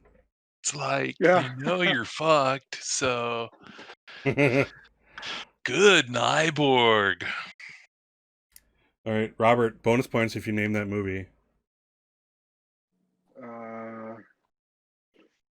Yes. Heavy Metal. Good try. Good try. I wouldn't. 1980. No, 1980, 1979. I think it's I got that one Oh, wrong either Heavy way. Metal, I think, was one. 81. I'm just gonna create a list, and then I'll just write down every reference you guys make. Nice. Right on. Oh, that's awesome. You are the last dragon. Oh my god. Is that another one I'm gonna throw on the pile? Yeah, throw it on the pile. Yeah, just Google all those. It'll be fine. I'm sorry for picking on you, Robert. It's just so. No, it's okay. I'm not offended or anything. It's funny. If you want, I'll get you copies of all my yearbooks. Of all my- Nobody needs that, Aaron. Nobody. All right, so that's relationships. So I think that's pretty much the entirety of the character sheet. Items is basically, should you encounter an item that like turns out to be like useful, and I think that it's useful enough that it deserves a plus, like a bonus die to your rolls. That's when you would put something in items, but generally speaking, you won't have them. Another like thing, my Captain Crunch whistle. exactly. Yeah. If you're trying to like be located in the wilderness, that would be a good one. So here's the thing about items: they don't stick around. So, except for your special item, your item, I forget what the term is at the moment, but except for that one, anything in terms of items or things that you gain during a mystery are lost by the next one. They're either broken, confiscated, lost. Your kid brother. Totally makes sense. Yeah. So again, I can't tell you how many things I lost as a kid. To your sister, yeah, exactly. Or whatever, yeah. So yeah, exactly. So that kind of thing. So again, item accumulation is not important to this game because you don't get to keep anything except that special one item of yours. And by the way, that special one item can change. Yes, thank you. That item can change between sessions, like many things. So if awesome. if you have this one thing and it's just not doing it for you, you're not finding it as useful as you thought you would, or its usefulness is over after a session, to say, hey dude, changing my item, I'm going to this. I'm like, that sounds great. Switchblade, yeah, totally. Yeah. No. It's not that kind of game. Samurai sword. Yeah, please. Yeah, absolutely. Change it to a samurai. Yeah, chainsaw, we're good. That's we're good. 80s all the way. Lightsaber, Ninja toe. Oh, you gotta have nunchucks. Yeah, nunchucks, yeah. Throwing star. Yeah, I suppose that's true. We all had those. We used to, just right? have a Colt 45. The drink? Well, yeah, the drink. I don't think so. All right. Cool. All right, so character sheet is full. Let's go ahead and let's get introduced to your characters. What about hideout? Oh, that's gonna be coming once we introduce our characters. After we get a feel for who everyone is, I think it'll be easier to pick that. But basically, you guys have a hideout that's just yours, a secret place that you guys go to, that kind of thing. And I think we'll pick that out after we kind of learn about everyone's character. It'll be easier to kind of formulate where it would work for everyone, make everyone feel comfortable and like, special, etc., etc. So let's start. I'm gonna tell you now, I'm saving Dr. Arculari for last, because we want to finish with a bang. So don't disappoint me, Doctor. Don't you disappoint me. Now I'm under stress. Oh, that's so sorry. That's so terrible. You're gonna be fine. I have faith in you. Anyway, I expect to be overshadowed by all of the other brilliant character creation. Oh, humility. So what are we doing?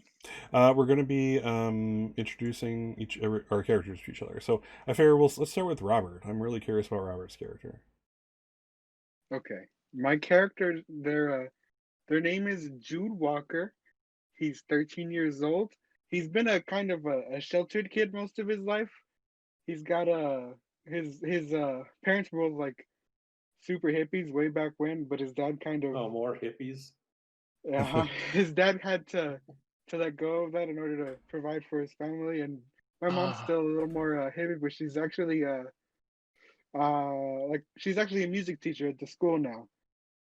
And Are you named after Jude and Hey Jude? that's right, yeah. They Don't were steal his huge. thunder, Dr. Oh, I'm Oculus. sorry. I'm sorry. God damn. I'm I sorry. I had apologize. it's like you're in Scooby Doo, and they like the first 5 minutes they pull the mask off. Sorry. No, it's okay. So yeah, they were huge Beatles fans. They named me Jude, my older brother Rigby. Oh, nice. That's so cool. Yeah, so I was homeschooled for like most of my life. 13, I was like, hey, I want to go to regular school. Put me in public school for 8th grade, and this is my first year being in public school. I'm having a little trouble fitting in. Hmm. I don't really know everybody as well as everybody else does. I'm not like Yeah, I don't really know. you Yeah, didn't I grow was up pretty with sheltered. everybody else. Yeah. Yeah, I'm a little out of touch with the rest of the world, and that's that's my like problem. I don't really understand most of the world around me. Uh, my drive is to experience that world. I my anchor probably that's my brother. I don't know if I should be going through all of this. Yeah, no, please. Yeah, absolutely. Let's get to know you. This is Yeah, how we get to know you. There's no real I my mean this we don't need to keep secrets. This is because this is so collaborative in the end, we want to let's get a feel for who we are. We're good. yeah, my big brother's my shoulder to lean on. He like he messes around with me a lot. He makes fun of me. He sometimes he occasionally lightly bullies me, but in the end he's always there for me. My iconic item is my Polaroid camera that my mom got me, and I use that Hmm. to to take pictures and process what I'm seeing in the outside world in the comfort of my own home when I can't Oh, that's so really cool. formulate any thoughts. So And you can't control your environment like that. That's pretty cool. yeah, and I'm just trying to experience the world. Really, Awesome. that's it. That's it for me. Cool. What are your what did you choose for your relationships? My relationships. I had the hospital. The hospital is having an open house for an education fair, and they're even showing the morgue. Hmm. So I'm gonna bring my camera, take a couple pictures, and All experience the other side of life for once. right. What's about the other one? I'd really like to know the chemical embalming process. The other one I have is Sabrina Green. You don't have many friends, but Sabrina Green is one of them. She's been gone for about a week now. Her parents think that she ran away again. She's probably like a next door neighbor every now and then. Like I meet her outside. We talk and we play for a little bit. Nice. She's probably like my closest friend in like 8th grade. Nice. Very cool. Very cool. All right. Anything else you want to add about your guy? I don't see anything. I think that's it for now. If I remember anything, I'll interject and interrupt one of these guys. You're doing great. Cool. Do it. Cool. All right. Let's go to Andy Martin. Let's hear about Andy Martin. I want to hear about him. All right, hey guys, I'm Andy Martin. I'm in 8th grade. I'm 14. I'm really good at sports. As a matter of fact, like I've got an awesome arm.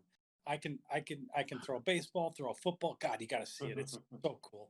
And that reminds me, my item is a baseball from a Brewer game. Now get this: we were sitting just above the first base, or right by the first base line, and it was during warm up. And Cecil Cooper, he was chased the ball down near the wall. He picks it up. He sees me. I'm waving.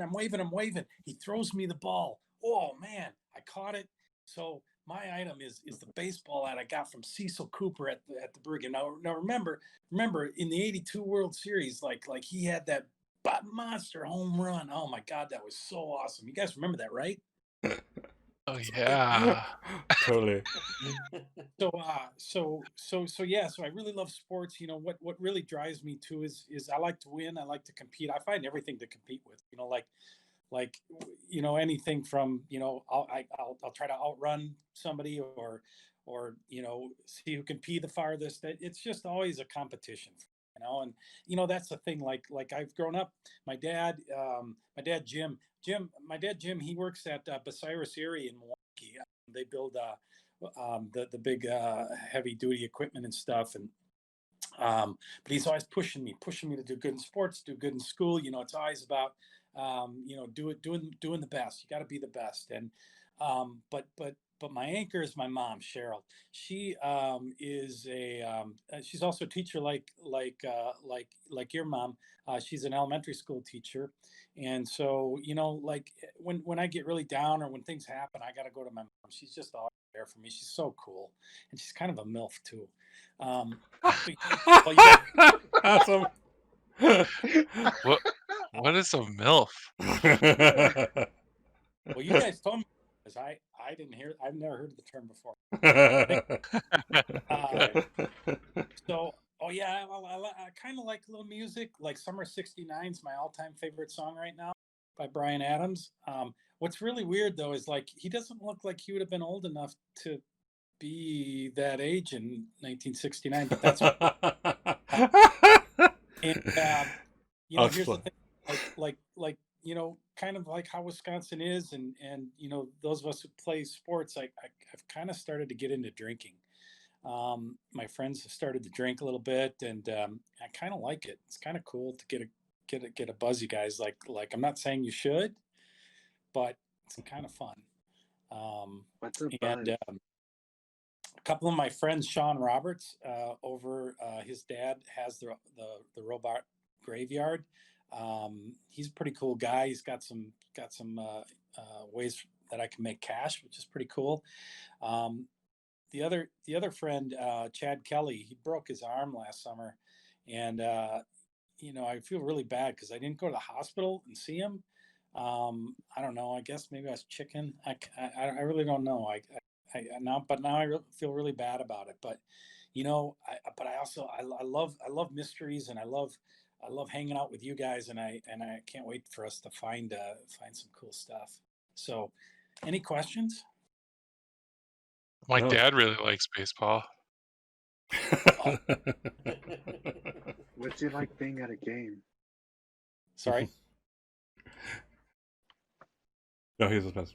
Yeah, what's it like being at a game? Yeah, because he's a homeschooled kid who wouldn't even dream of actually being in a stadium filled with 40,000 people. Oh, County Stadium is the best. County Stadium. It's so cool. It is so cool. They got this guy, like when the Brewers hit a home run, they got this guy that slides down this slide into this thing, and the balloons go up. Oh my God, it's so cool. It is so cool. And how many Packers, balloons?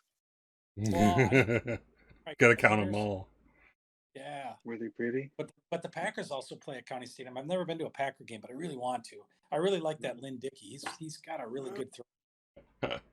Wow. Awesome. Wow. I think Alice Wonder is going to hate you.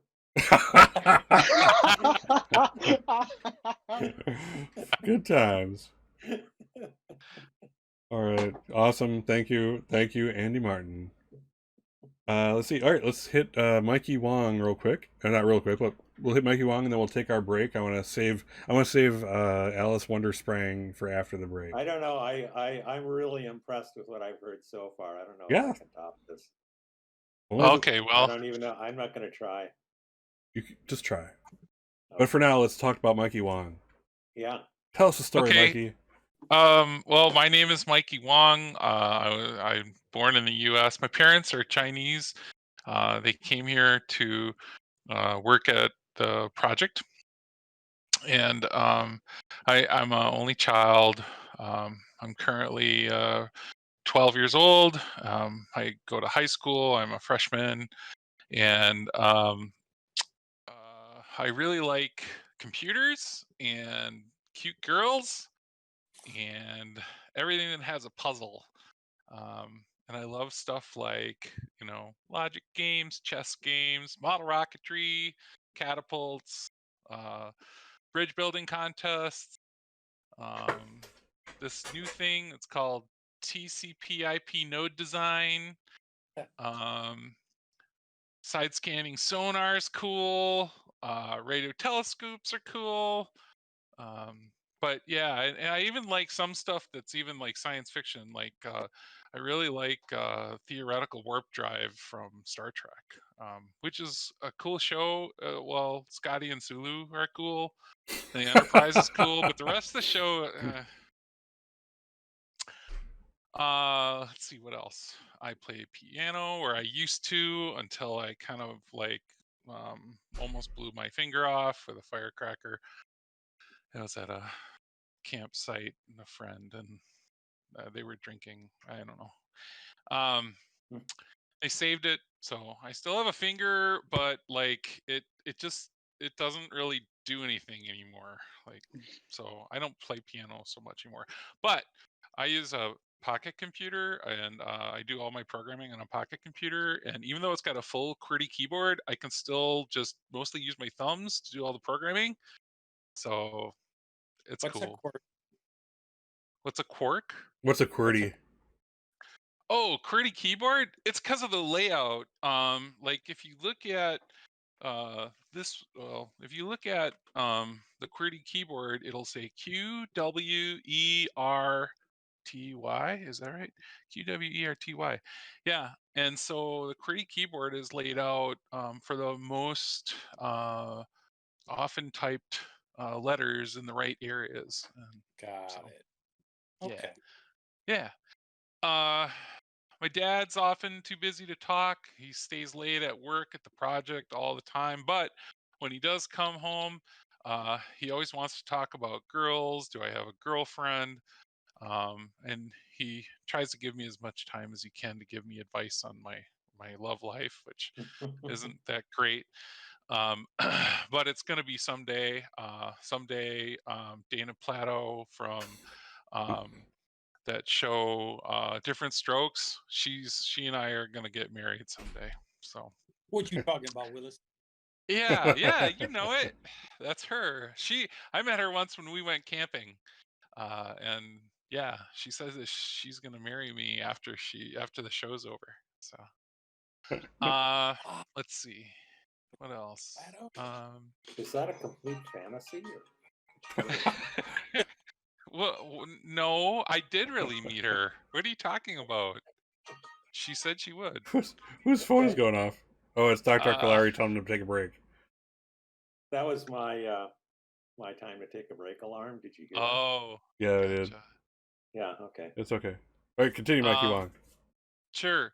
Yeah, I always seem to be striking out with the local girls otherwise, like never even first base. And I'm not sure why, but maybe it has something to do with my family. Like, we're never invited out to summer barbecues or beach events like everyone else. Not that Wisconsin's got the greatest beaches, but it'd be nice to be included and to have a girlfriend. Well, it doesn't matter.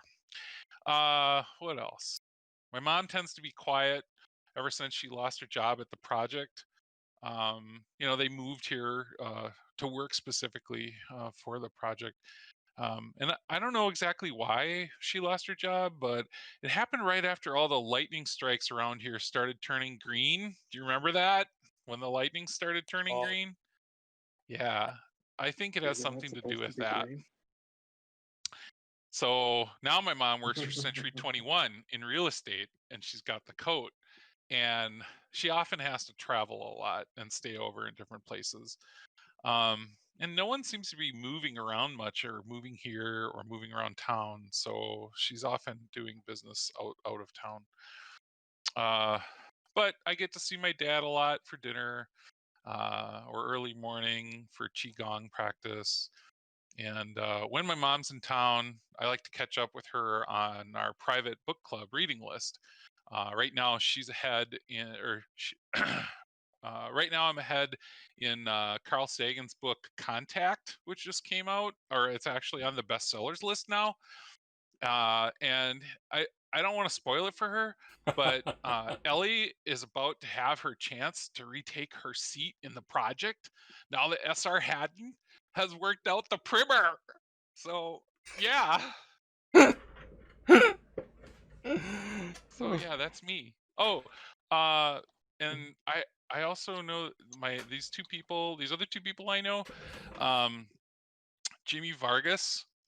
He works down at the arcade, and he's always normally at the Programmers Club meeting, but for some reason he's not now, and he's looking really like awful. So I'm curious what's going on with him. And then also, this one time I got a video from Mrs. Halhorn's video, and it had herself on camera, and she was giving some kind of technical briefing, like with drawings and all kinds of stuff. And no sooner had we started watching it, and then like she showed up at the door apologizing for giving us the wrong video and had to take it away. So I wonder what that's all about. Cool. So that's me. So real quick, who is Mr. Martin to you? Oh, yeah. Mr. Martin, he's the guy that I go to whenever my dad's not home, which is a lot, and my mom's not home. So Mr. Martin, he's the local movie theater owner, and so he and I hang out a lot, and we talk about the projectors and like temperatures for film and run times and how to align sound to picture and things like that, and splice film. He's cool. And I get Nice. free popcorn. Is he related Yeah. to me? Mm. Is he what? Is he related to me? Because my last name is Martin. Oh, I don't know. Is your dad Mr. Martin, the movie theater owner? No. Oh, No. maybe he's your uncle. Yeah, there you Well, go. I didn't know, Scott, if you had set that up to No, be some. Okay. I had not. That could be cool though. Yeah, they could be. It could be your uncle or somebody. That'd be cool. Yeah. He's your So, uncle. I Think don't know. about that. You We'll want go to with take? that. Cool. All right. So let's do this. Let's take our break. Give us 10 minutes. Come back in 10, and we will hear all about Alice Wonder Sprang. Okay. I can tell you right now, I can't top any of this stuff. You don't have to top it. You just have to. I believe in you. I want to hear about your character. I'm excited. You can do You've it. made me Alright. excited. Let's do Become this. your inner Alice. You can do Okay, this. I'll do it. All right. All All All right. right. All right. See you guys in 10, boys. All right.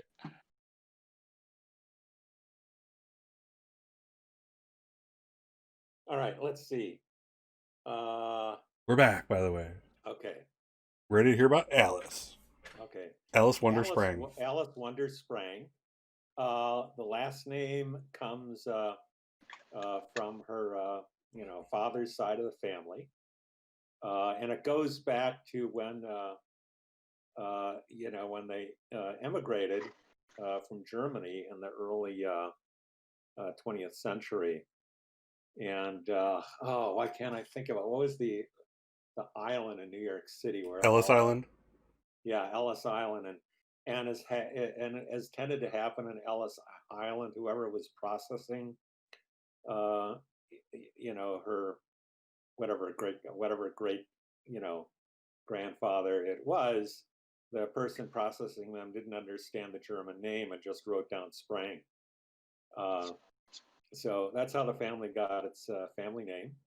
Cool. And probably not necessarily because of the name, but who knows? The Sprangs ended up in Wisconsin. I'm sorry, what's the name of this town? Ninawake. Ninawake. Correct. Yeah, so they ended up in Ninawake and basically started a repair business, which has been going since probably like the 1920s or something like that. Repairing what? And repairing appliances. Cool. Whatever. It's a small town. Whatever's broken. Nice. And what's happened now is it's actually okay. This is so disorganized compared to what other people were saying.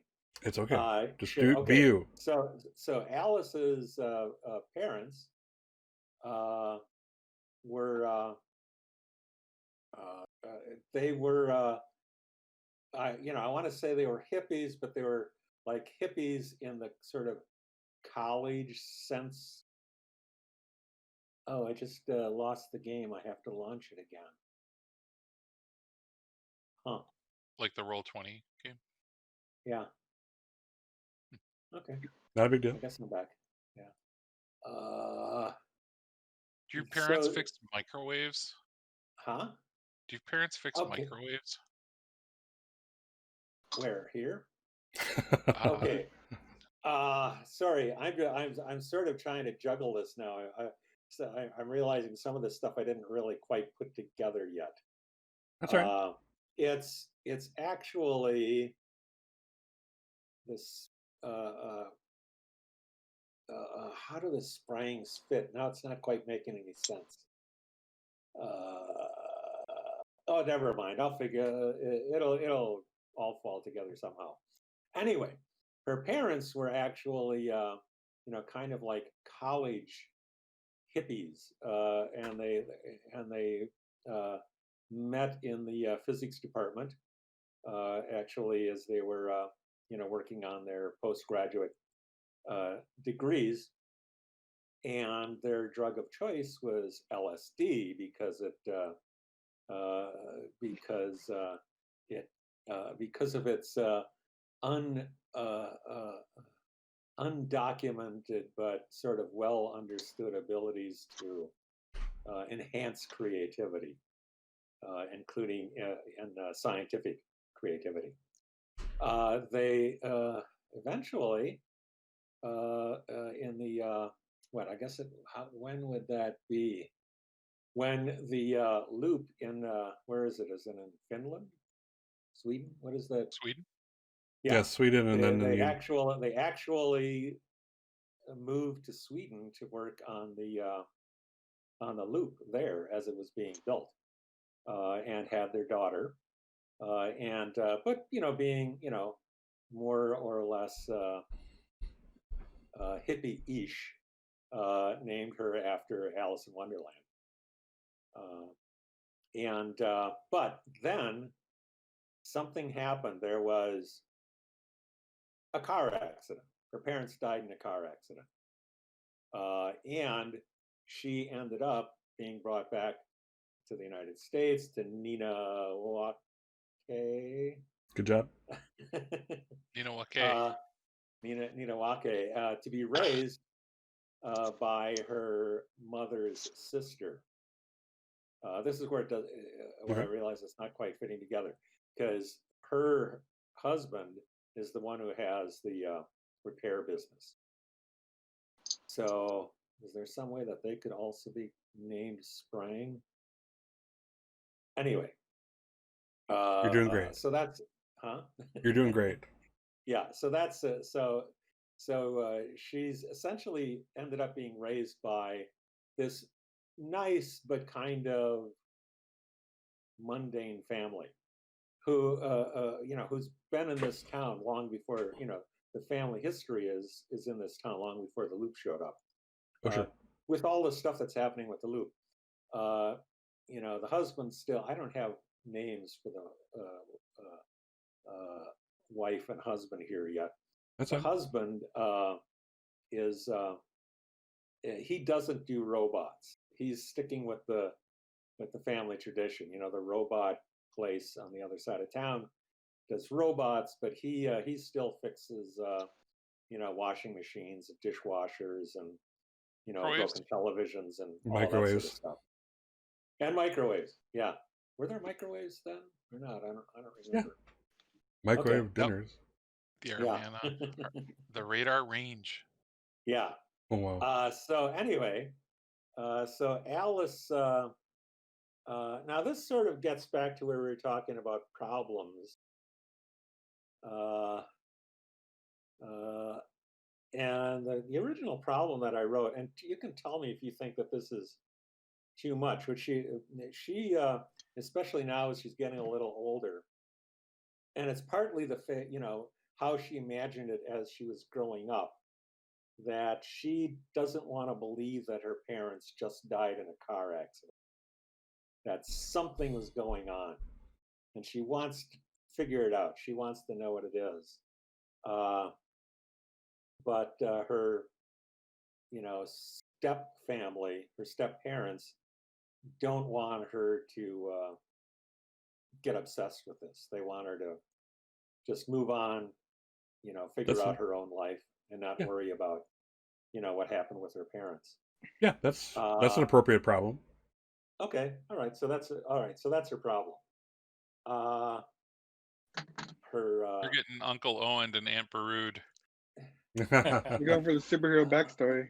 okay, I'm supposed to. The names are so clear. I just can't place it right now. Star Who's Uncle? Wars. That Oh yeah, wizard's just a crazy old man. yeah, Yeah. yeah, yeah. Although now I don't know if this is something that we get into yet. I like the idea that in fact they did just die in a car accident, but her obsession with trying to figure out what really happened does still lead to her finding out perhaps other things You that may maybe it may are lead you cut. into other mysteries. We'll It see. may lead her into other mysteries that have to do with the local loop. Sure. You were Uh, following a duck and you found a whale. say that again. Said you were following a duck and you found a whale. Never heard that Yes. phrase before. That's a good one. No, no. But it sounds so familiar to something it's one of those things that's tickling my brain for something that I just came across. Be kind to yourself, Bob. Be I have Yes. kind. to not I have to not try and go down that rabbit hole. Okay. Yes, you're cool. Yeah. Trust me. So her iconic I was really debating between two iconic items. There are two that I was thinking of.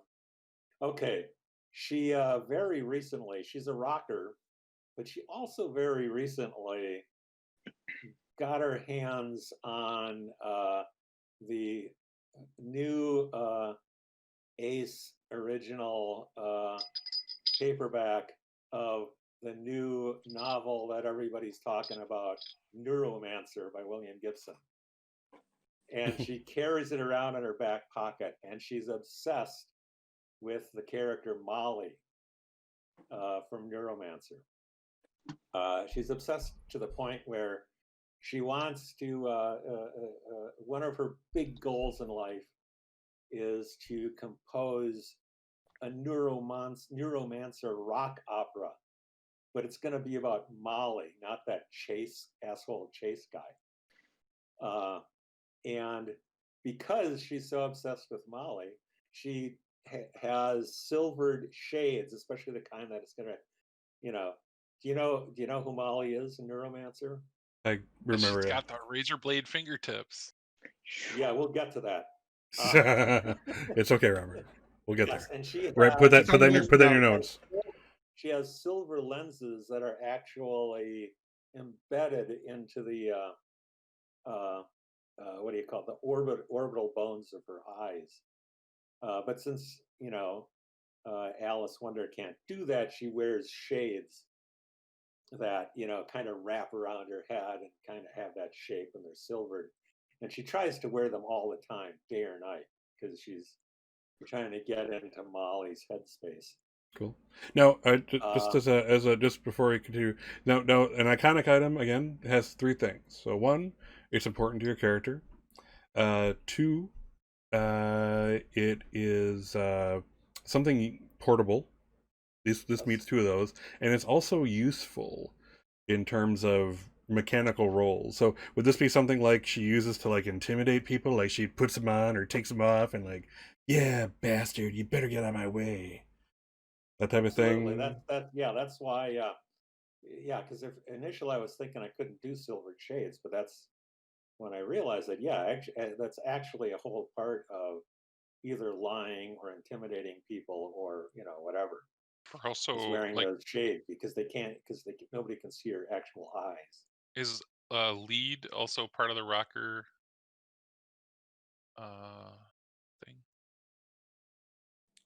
I was Skills. debating lead.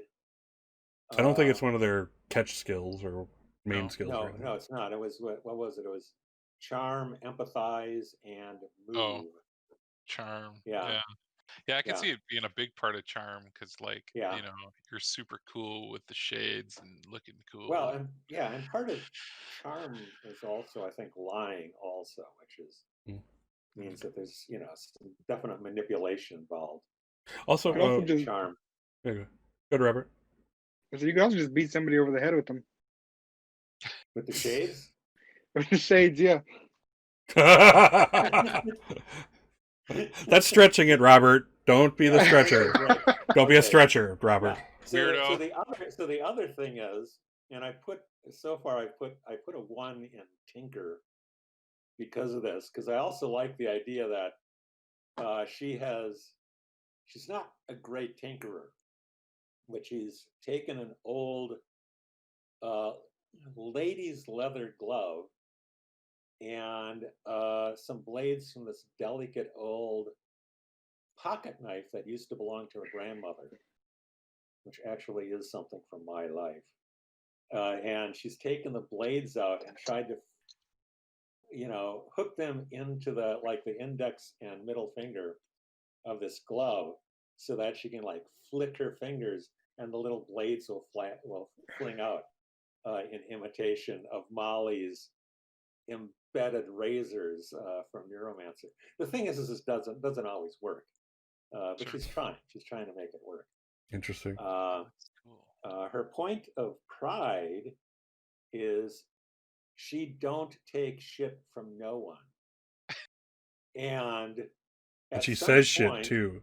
not too long ago, somebody said to her, "That's a double negative. That's a double negative, Alice." And this time at work, she flipped the two little blades out, pointed the blades right at this person's eyes, and says, "You want to try for a triple?" So she So was nobody arrested. made. So nobody calls her So out she on the was double arrested. negative anymore. Don't Now take this shit is a from back alley high school thing Plus, it's the or maybe 80s. junior People high don't get school, arrested for showing knives in the 80s. and little tiny ones. Uh, yeah. So her anchor is her older stepbrother, who's he's probably he's graduated from high school at this point. He's still in town, but he may be moving out, which is which is a potential point of anxiety because when she was brought into the family when she was very young. I'm not sure quite what 2 or 3 years old, 3 years old maybe. So she was still aware to some extent of what was going on, and at that point, Joshua did not have any younger siblings, and he sort of really adopted her as his younger sister, and so he's always been somebody that she can talk to, even though at this point the family does have two daughters that Alice doesn't really care to have much of anything to do with. Uh, is that sort of well? What's Her your drive is she wants to figure it all out, which sort of comes back to this whole thing that comes from her parents. She's 5'9". She has shaggy dark blonde hair, sort of in a shaggy bob haircut. Again, a little bit reminiscent of Molly from Neuromancer. She doesn't so for a girl, she's a little bit on the tall side, but she doesn't have like a skinny body of a tall person. It's kind of like a normal proportioned body, which creates this curious illusion that if somebody sees her from a distance, they think she's shorter than she actually is. And when they come right up to her, that's like a certain point of intimidation that you can potentially make use of when they come up to her and realize that she's, like 6 or 7 inches taller than they really thought she was going to be. She wears, because it's the only thing she could find, she wears she unfortunately doesn't have a black leather jacket, but she's got a sort of a grungy wannabe leather burgundy jacket that she wears. And I think that's enough. Okay. That's about So, it. What about resources or Huh? relationships? I mean, Oh, right. The relationships. This is a tough one. I'm not sure. I was tossing around the drug one. For now, I picked the comic book one as sort of like a safe choice. But I think I might switch to the person who wants to sell her this drug called Genius, because she's somewhat disdainful of like the normal street drugs, but again, she's gotten so obsessed with the world of neuromancer and drugs is certainly a big part of that. But she sort of disdains drugs that are just so normal. But this sounds like it could be the kind of drug that she's been reading about in neuromancer. So I may Okay. change the comic book one to the drug guy. Well, read off what you're going with at the moment. Just read them so that the viewer can know what you're talking about. Okay, well, the one I've got right now is local metal band Dragon Moth is moving to LA and is selling and signing cassettes down at a rented conference room at the library after hours to raise money. It's guaranteed that the quiet policy will not be followed. I would like to interject that I thought I would get more laughs out of the metal band called Dragon Moth, but that fell flat. So I'll try harder next time. But continue, please, by all means. What was the laugh part? Dragon Moth. It's a metal band. Of course it is. It's silly sounding. I'm sorry. Please just go ahead. I'm distracting you. What's the other relationship that you're going with? For now. Suddenly I can't get Mothra out of my head. Okay. what's the drug relationship? Yeah, what's the drug one? Okay, let me go back to that one. Let's see, where was that here? Drugs, man. Oh, there's not even a name. Oh, I guess there is a name, yeah. All the greats took them like eating candy. Dave Piper at school has something new that the kids are calling genius, and he's offering you some for free.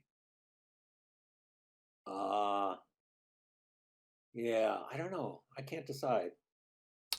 I Right. guess it's something that What I'm going to say right now is don't worry about it right now. You have a whole week Okay. to figure it out. All right. So don't agonize over it. Give it some time. Let it marinate a little bit If it was in the juices of creativity, all right. and that'll be It fine. was more of a. Never mind. I'll stop talking about it. All No, right. you're fine. You're fine. But yeah, give it some thought. Again, nothing's Anyway, in. the one that I picked so far is looking for some song inspiration. You saw Samuel Liu drawing something awesome in math class. He said that it was a supervillain comic, and copies were selling out at the comic book shop. That's intriguing. Cool. Like I said, Be let's nice not weekend with be concerned about it. drugs. Let it Yeah. think about it, marinate it. We'll get Okay. there. Cool. All right. All right. So that's everybody. So when we begin our thing, there's the premise that you guys already are a gang, if you will, a group, a group of compadres, a guys chilling like villains, that kind of thing. And to kind of meld that all together, you have a hideout. There's this place you guys go. It's kind of your own. It's just a place where you feel safe. Let's see what the from the book here. So, the kids have a hideout together where they can be alone and safe. Basically, this is a place where I can't put you in danger. I can't do anything to you there unless you bring it. If you cause danger, then you've opened door for me to put you in trouble and in danger. Oh, So this is also a place to heal conditions, in the same way as using your anchor. So this is important. So you can heal your conditions in the hideout the same way as with your anchor by going to them and spending time. This requires two or more people, two or more of the kids, capital K kids, are present, and they're physically and or mentally close to each other. For example, hugging, telling secrets or stories, or comforting each other, um, etc. So uh, this allows you to heal everything. So all of your, just like with an anchor, this heals any conditions: angry, scared, exhausted, injured, up into and including broken. Broken is basically if you've checked all those conditions, all four of those, and you have to check one more, you're now broken, and you basically are not able to. You fail any action you would have taken. Anytime I call for a roll and you're broken, you've automatically failed it. There's nothing you can do to make it otherwise, including luck points or pride or anything. Um, so broken is very serious, and again, the only two places you can cure it are your hideout when you're with the other guys. Kind of again comforting each other, making each other feel home and safe and comforted, or with your anchor, that person, one of those two. So the hideout is important. So given now that we kind of know each other and who each of you are, and maybe how this can be a group, a gang. I don't want to call it gang. You're your best buds. You know, so where do these best buds hang out? Is it like an abandoned, like building at the end of the street, an old warehouse? Um, is it like your friend's garage? Is it one of your garages or something like that, or someplace where it's I just yours? have a little bit of inspiration from this place in Oshkosh that was like an abandoned brewery, and I was thinking maybe it would be like the abandoned Ninawake brewery that shut down in the early 1900s, and nobody ever did anything with it, so they just totally forgot about it. It's all overgrown. Cool. That's something. Anybody else have any other ideas? That sound cool? Well, I think. Hmm? I would like I like the idea of it sort of being maybe in the downtown, because as we look at the mysteries, it'd be good to have something central where we could get to heal. Hmm. But I'm being logistic about that rather than sort of realistic. Yeah, I was Well, thinking like like the arcade or some. just remember that this is a place where it's just yours. This is a place where Oh, you as a group can be alone and do your own thing without prying eyes. This is your safe place. There wouldn't be any the abandoned place brewery like. sounds dope. All right. Is everybody good with that? Do we any other ideas? We're here to One other idea collaborate. for downtown, which is like a giant pipe, like you have to go under the bridge downtown by the river or something and go into this giant pipe to where this pump house is that they just never go to, right? It would give us like access to the downtown away Oh, that's from pretty cool. people. Like like we go through a storm drain. Yeah, yeah, or just like yeah, like it's a giant storm pipe that empties out under the bridge into the river, and nobody ever pays attention to it. There's a ton of graffiti on it, but nobody ever knows how it gets there. And at And the there's end of like that, a little, yeah, like there's like a little along the landing. tunnel is like a big old rusted metal door, and somehow we got access to it, and it's an old pump house that nobody pays attention to. Those are That both sounds super pretty cool. cool. Anybody Yeah, else? works Any for ideas? me. Any thoughts? Um, the only other one I had was way out of town, and I'm just not about it anymore. I really like those other two that he had. So it's super cool. All right. All right. So let's go those two. We had the brewery or the storm drain room. which is more intriguing for you guys? And both can be downtown. That's not a big deal. I mean, yeah, the location was probably again cities. The downtown, what we call downtown, is just where the nucleus of this city was when it started, and then it expanded out, and eventually became burbs. But the oldest buildings are in that downtown central area, where all the commerce originally happened and that kind of thing. So to have a brewery in downtown, even one that's been abandoned for like 30, 40, 50 years, almost like a national, almost like a historic site is not, would make a lot of sense, Yeah, it's like maybe locked up. Nobody knows who the property owner actually is. They haven't been here in 15 years. We've right. got like a high walls around the property. Yeah, There's like a small like little opening we can go through. yeah. We can sneak through that opening, and somehow there was a window left open or something, and that's how we get in and out. All right. I love it. You guys like that better than the storm drain? This Storm is drain the sounds like we're sewer brewery? people. How about the storm drain is what leads into the brewery through a grate in the floor? Sure, Oh. we could have both. There you go. Combine them, so like you go into That's the pretty cool. like that's It's what they like- used to empty out waste into the river in with or whatever, because that's what Yeah. industry did. Quick Just and went easy. direct into the river. Yeah.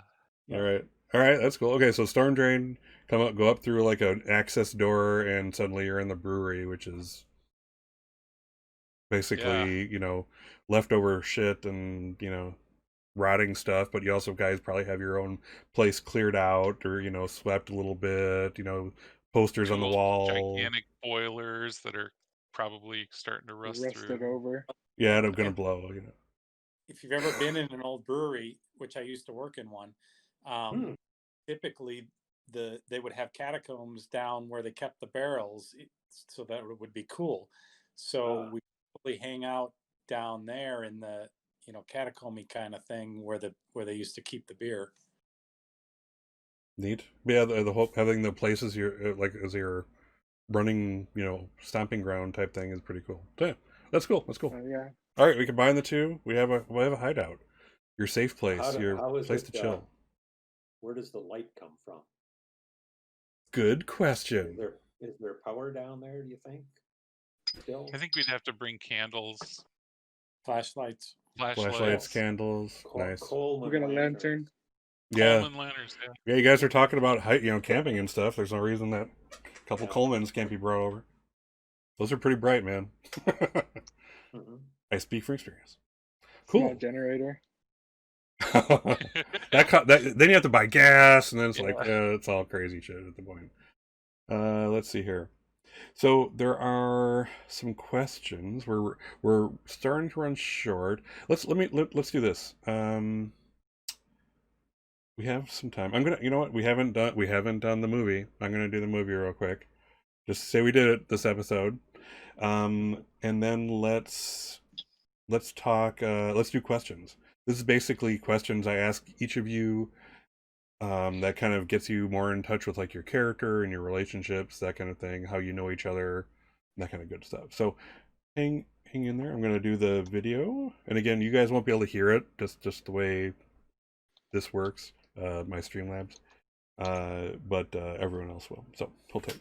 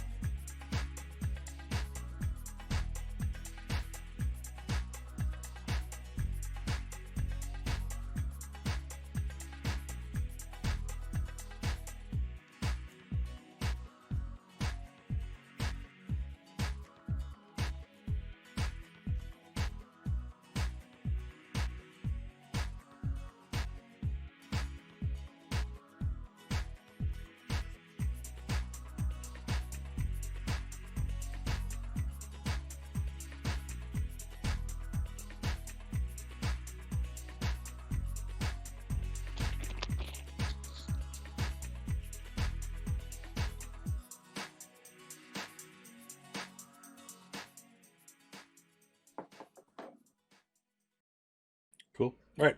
So we did that. So let's put your hideout on the map here. I'm thinking about it. But let's do questions right after this. And then that's probably all we'll have time for, and that's all we need time for, really. So let's see here. All right. So let's do a hideout.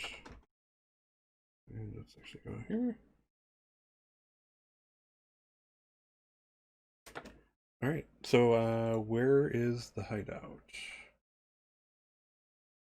I was thinking somewhere centrally-ish.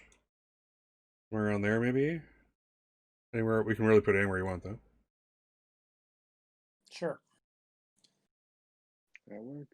Cool. So that's like just central-ish. Cool. Ish. All right, so let's go questions right away. And again, I'm probably gonna not do as many as the book asks for, but let's see here. All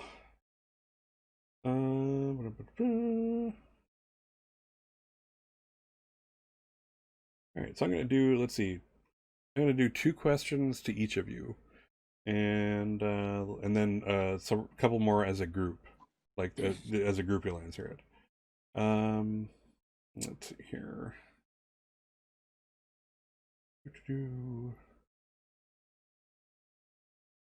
Let's start with Jude Walker. Jude. Hey, Jude. Let's Yes, see sir. here. What is your favorite food? Pizza. Excellent. What makes you angry?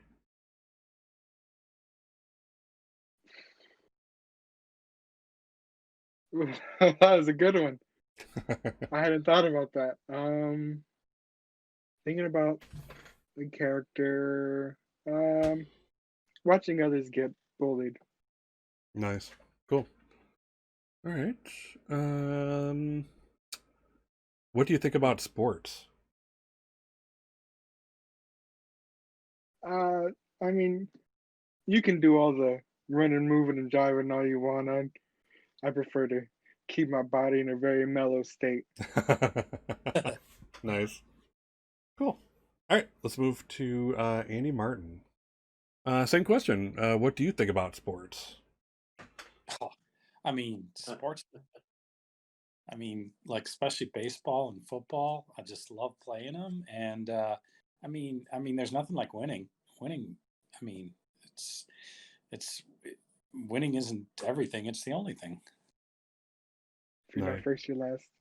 If not first, you're last. Second place is just first loser. Right. Let's see. What do you dream about at night? Oh, winning the World Series, going on a date with Alyssa Milano, being able to be MVP of the Super Bowl, Nice. impressing my dad. Cool. What do you think about school? Actually, I don't mind school. I actually do okay in school. Um, um, I like gym class, of course, but I also like history, and I'm not too bad in math either. Nice. Cool. Good answers. Not like there's a wrong answer here, by the way. Let's go to Mikey Wong. Let's see. What does your room look like? Ooh, you're muted. Oh, no, you're not. Okay, now I can hear you. Must have been some. Now you can hear me? I can hear you. Sorry. All right, good. Sing for us. My desk is always clean. My bed is always made. I do have a lot of posters of different girls on the wall. I have an older poster of Farrah Fawcett that's really nice. She's old. I know, but I don't know. Yeah, she's old, but what else? I have a pet turtle, a pet gerbil, a pet snake, and a pet tarantula, and I take care of them, and you know, let them out from time to time, and Not I have all in the cage, right? what's that? Not all in the same cage, right? No, no, not in the same cage. Definitely different cages. Deathmatch. Each one has a different light source and a different heating element, and everyone has to be calibrated to its own heating element. And they have very different schedules for feeding. So I have charts on my wall, and I have all my schedules laid out, and I check mark every single thing that I've got to do to take care of them. Very cool. Let's see. Oh, so in what way has your problem gone from bad to worse lately? My problem. So your problem is your mom wants to go back to Yeah. China. Yeah. Well, lately, when my dad calls my mom when she's on the road, like at the regular time, she's not always answering, and so he's kind of upset about that. Um, and I noticed that my mom got a letter in the mail from a travel agency, and out of respect, we have not opened it, but she hasn't been back to open it yet. So I Ooh, wonder damn. what's going on. Very good. Awesome. All right, Alice Wonder Spring. Let's see here. What's your favorite food? Uh,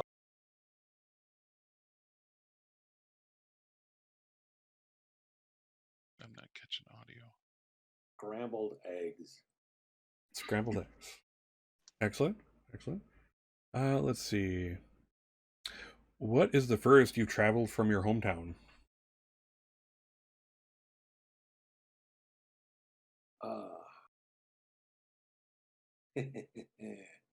Which hometown? We're gonna say this hometown. Okay.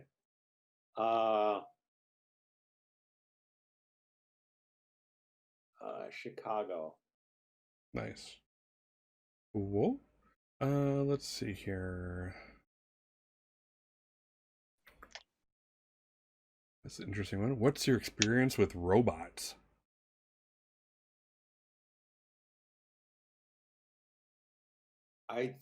They're really annoying. They're stupid, they're clumsy, they're just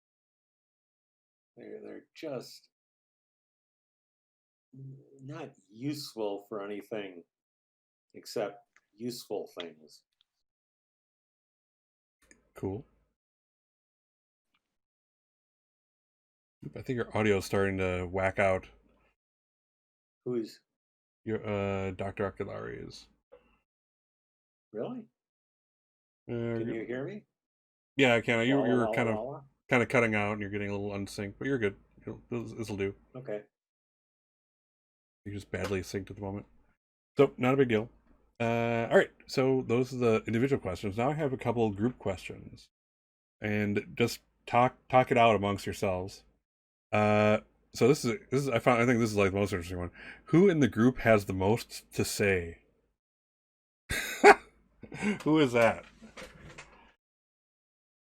That's interesting. It could be any of you, really. Yeah. I think Uh, our resident Jack just will Sort of not stop depends on talking the about other topic. practices he has, or what girls he was talking to, or his upcoming games, or like opponents that he's about to face. Well, yeah, I like to talk about sports and stuff, but I also think Alice's character has some, she's got a lot going on. It's kind of angsty, and yet has the whole conspiracy theory about her parents. That's kind of interesting to me too. Cool. All right. Mikey Wong has a tendency when he starts talking on a subject, he sort of has a tendency to just not stop. So I would say he might be the one who has the most to say. Especially when he's in the middle of a project. Yeah. Oh, nice. So the answer is depends, but probably Mikey. Yeah. We'll go All right. Cool. All Cool. right. All right. So I here's a. I do feel the need to ramble and to explain in Yeah. great detail. That's So awesome. Oh, I know. I love it. Yeah. I think Picture Jude's Game of always interested in whatever you're going on about with your technology. Most of it flies straight over his head, but he's always there for it. That's awesome. Let's see here. Who dislikes you as a group? Like you're hanging out in the, for lunch or whatever, or at a park or wherever. Who's that one dickweed who just doesn't like you as a group? There's something about you that makes him or her want to just say mean things, or just outwardly is just, you know, against you. Who is that person, would you say? It's probably one of the dirt balls out in the smoking section. oh yeah, A couple of The punks dirt balls where? The out in the smoking smoking section. section. Ah, behind We're the in high school. Our high school had a smoking section. Damn. Yeah. really? Wow. Yep. Yep. Wow. It was right next to the auto shop where kids took shop class. Wow. Funny. All right, so some troublemaker basically. Yeah, I have a alternative suggestion in the adult side of things. The local hardware store owner, he's always like overly suspicious of whatever it is that we need from the hardware store. What do you need And a tarp, a small yeah, hatchet, and some duct tape for? yeah. And like it's none of his business, but he always makes it out to be bigger than it is. Always grows us Yeah. every time we go in for A anything. acetylene torch, huh? That's good. Or maybe we get in like we end up getting in trouble a lot, and the vice principal always has it out for us. Oh yeah, vice principal. Very But cool. remember, you and I have parents who are educators, so we probably toe the line in school. You're right. Cool. But the other two, Anyway. they're probably I actually think Alice sort of does also. It's almost like that's kind of her secret, is she actually kind of likes school. Cool. Yeah. Yeah. All right. Here's a challenging question. Who is the leader? If like, you say, like someone came up to you like, okay, who's in charge here? Who steps forward, or who does everybody look towards? I'd probably point him to the biggest one out of all of us. This is the one The that looks jock. the largest. Yeah. well, but who has the highest leadership skill though? Yeah, Yeah. that's a mechanic. This is what do you guys think? I think rockers are really brave and bold people, Ooh, and biggest mouth. they have a lot of conviction in what they believe and say. So like, we probably Especially if Alice is a punk rocker. Got some words. And if she doesn't get off, Yeah. Yeah. Well, I actually somehow completely avoided mentioning Joan Jett when we were. I was gonna doing our ask. background. But yeah. I was gonna ask about bad reputation. Yeah, Yeah. Alice isn't a Blackheart. She's Joan Jett. I said Alice isn't a Blackheart. She's a Joan Jett. It was Oh, really Joan Jett that she's not somebody who has spent years reading science fiction. She just got her hands on this book, and it's sort of like she was reading it, and she's, oh my God, Molly, this is Joan Jett. That's really what got her into, Neuromancer as a story she's obsessed with. Cool. So yeah, I follow Alice I think, everywhere. yeah, I think I think she would tend to take the lead, although in a certain sense, without really. It's something that does also still kind of piss her off, though. That she's Like, why do you have to be the leader? well, like yeah, it's like stop following me. That's a problem many leaders have. Yeah, Is she the yeah, old? and of course anybody, somebody who has this sort of personality, there's also, which I'm not quite probably does go back to the insecurity of her parents. That sort of whole rocker pushy thing is also masking a certain insecurity that's kind of deep seated in her personality also. Cool. But yeah, she'll if you need somebody to make a decision, she'll make it. Excellent. Cool. All right. So, for the last part of the session here, I just kind of wanted to cover some like background stuff. Um, so kind of like one of the taglines of this game is, you know, mysteries in the '80s that never was. So obviously, this is an alternate timeline. Back in the '50s, robots were for real invented. There's the magnetrine vessels, the thing, those things with like kind of like like the curved wheels that actually float above the ground. They can actually get quite huge. They can be like the size of freighters, literally flying over your head. Um, that kind of thing. They can be just off the ground. They can be 100 feet in the air. There's the loop, these things like that. So I mean, obviously, this didn't happen in the '80s. Another thing, one of the things that kind of also kind of infers is because this is like an alternate timeline, we don't have to be quite, dude, what you're talking about happened in 1986 and this 1985. It's like, well, Worried guess what? about anachronism. Yeah, let's not worry about that. Yeah. We can basically say in this timeline, yes, what happened in 1986, 87, 88 actually was in place already in 1985. Let's not quibble about, Yeah. What's true to our world, because this is the '80s that never was. So that kind of gives me and you, My the favorite ability song can to. be Sledgehammer then. They can be Sledgehammer if you really want. So that's All right. that's kind of just a very important part of the thing is, let's kind of be nostalgic about the '80s, that type of thing, but at the same time, um, we don't need to go to Wikipedia every time we want to, you know, do Context. something or reference something or what have you. Let's see here. That's actually why I wanted like robot AI to be based on analog computing, so that the digital world of neuromancers stands out as separate from that. Gotcha. Like I said, we can work with that.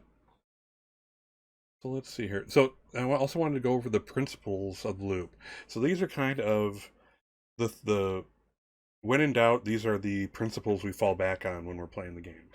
So the first is your hometown is full of strange and fantastic things.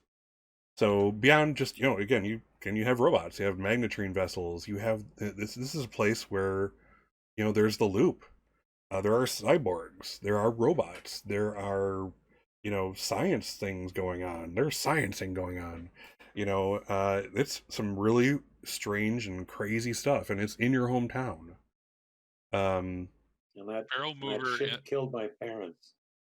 the barrel mover in the abandoned brewery is an anti-grav sled. There you go. So it's so now keep that in mind. However, principle number 2: everyday life is dull and unforgiving. So as a kid, your every day is just the same freaking thing, day in, day out. You get up, you go to school, you come back, you do homework, you eat dinner, you wash up, you blah blah blah, do your chores, play with your friends, blah blah, rinse and repeat. It's boring. You're one of the things they use in the book is like, no, you can't make your parents into like time warping, time hunters or something, because that goes against principle number 2: everyday life is boring, dull and unforgiving. Your parents' jobs may be at the loop, but boring as hell as far as you're concerned. There's just nothing. There's a reason you go on adventures. Number 3: adults are out of reach and out of touch. So this is not a game, and I really want to stress this. This is not a game where you're like, you get in the middle of a mystery, and you're like, dude, should we call the cops? Fuck no, you're not going to call the cops. The cops don't care. They're not going to believe you. By the Stand time, by me. yeah, by the time they get done talking about, what the right way to do something, it's already destroyed or whatever, you know. So kids, adults are not your they're not your friends. They're like they don't care. They don't have time, or if they hear you, they don't listen. That's kind of this is adults are not beyond like being just your part of your everyday life or your maybe an anchor of yours, depending on that. They're really not like important to this story. You are. The kids are. The kids are exactly what matter. We can handle this ourselves. Absolutely. Let's see. So, principle 4: the land of the loop is dangerous, but kids will not die. So this is important. Here's an interesting thing. They use capital K kids in this.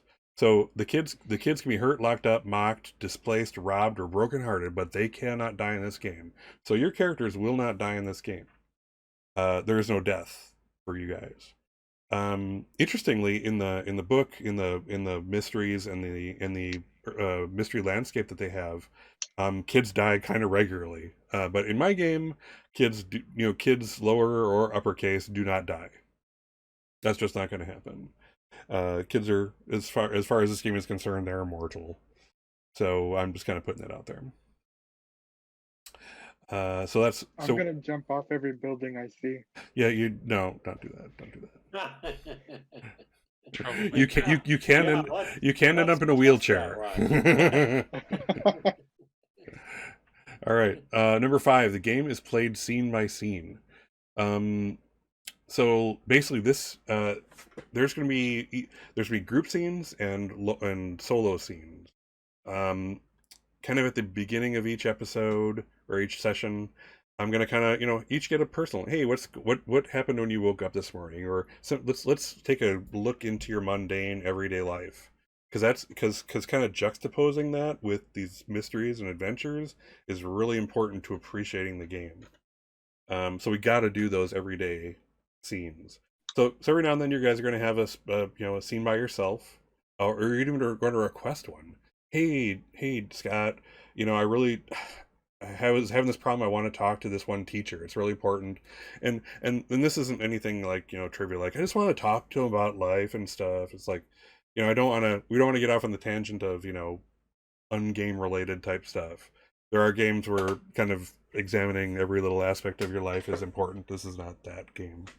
So every now and then you're going to say, I want to, the inference is I want to advance the story. I want to advance the understanding of my character or something. Therefore, I would like this scene with so and so.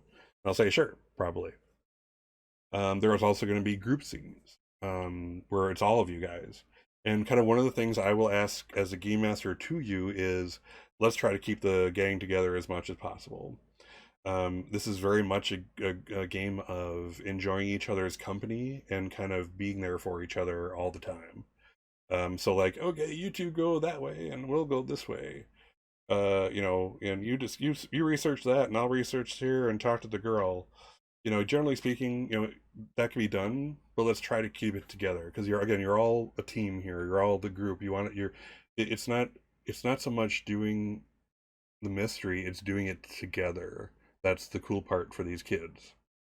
So kind of keep that in mind for my benefit and for yours. That way I don't have to run 4 separate scenes simultaneously and all that kind of stuff. And we can kind of focus on the mystery and the adventure that you're feeling as a group. So kind of keep that in mind.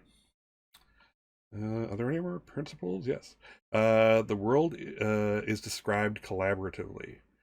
So I've kind of written out the basic history of Ninawake, Wisconsin. I've kind of described the important landmarks that I've shown you are going to be mystery hubs, if you will. But I'm going to be asking you questions, and I'd like you to answer them. I'd like you to help create the world. Now, don't worry, Aaron. I'm not going to lay it all on you. But every now and then I'm going to ask you, hey, okay, so that guy at the store, who the kid at the store who hassled you, he works there. What's his name? Like, why did you fight with him the other day? Why did he take a swing at you? And I just want you to be in character and answer. And in these ways, I mean, I've kind of made the basis for this city, for this world around you, but this is me asking you to participate in creating the rest of it. I'm gonna reserve some parts myself because I want to, and that'll be when I want to help structure a mystery and kind of get things rolling and kind of get you guys where you're going. But I also want you guys to help create this world so it feels like you're invested in it and it's part yours. And Yeah, I I want think you. it's really helpful to use questions that asks for specific answers instead of just kind of like, tell me more about that. You know, Right, exactly. that's a little bit too much, I think. I mean, sometimes, we'll have things Sure, to say, but sure. I think it really helps for the flow of it to like guide some things along to what it is you're looking for. Right, So, exactly, and that is the plan. Every now and then I want when it's something that's important to your character, where it's like, wow, this is totally all about, Jude Walker. I'm gonna ask Jude, or I'm gonna ask Robert, you know, tell me about this thing. And the reason I'm, and I won't necessarily be specific in that because this is important to his character. I want him to make it his own. And that's important to me. I want you to claim ownership of some stuff. So there are going to be cases like that where I open it way up, but generally speaking, yes, it will be specifically like, all right, so why did that guy try to pick a fight with you the other day? And then you help me create that. Now we've created a relationship that wasn't there before, an NPC that might come into play, etc., etc. But there we are. So those are the principles, and I think I've covered everything I wanted to.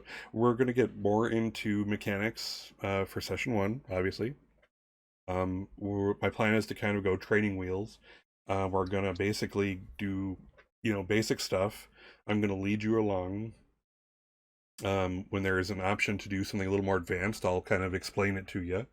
But you as players, what I want you to kind of keep in mind is, you know, um, these rules are really simple. Literally, if it's possible to condense the entire rule set down to 2 pages, 2 written pages, if you had to. So I'm just asking you learn it. Whereas in the beginning, I'm going to tell you what to click and what to do.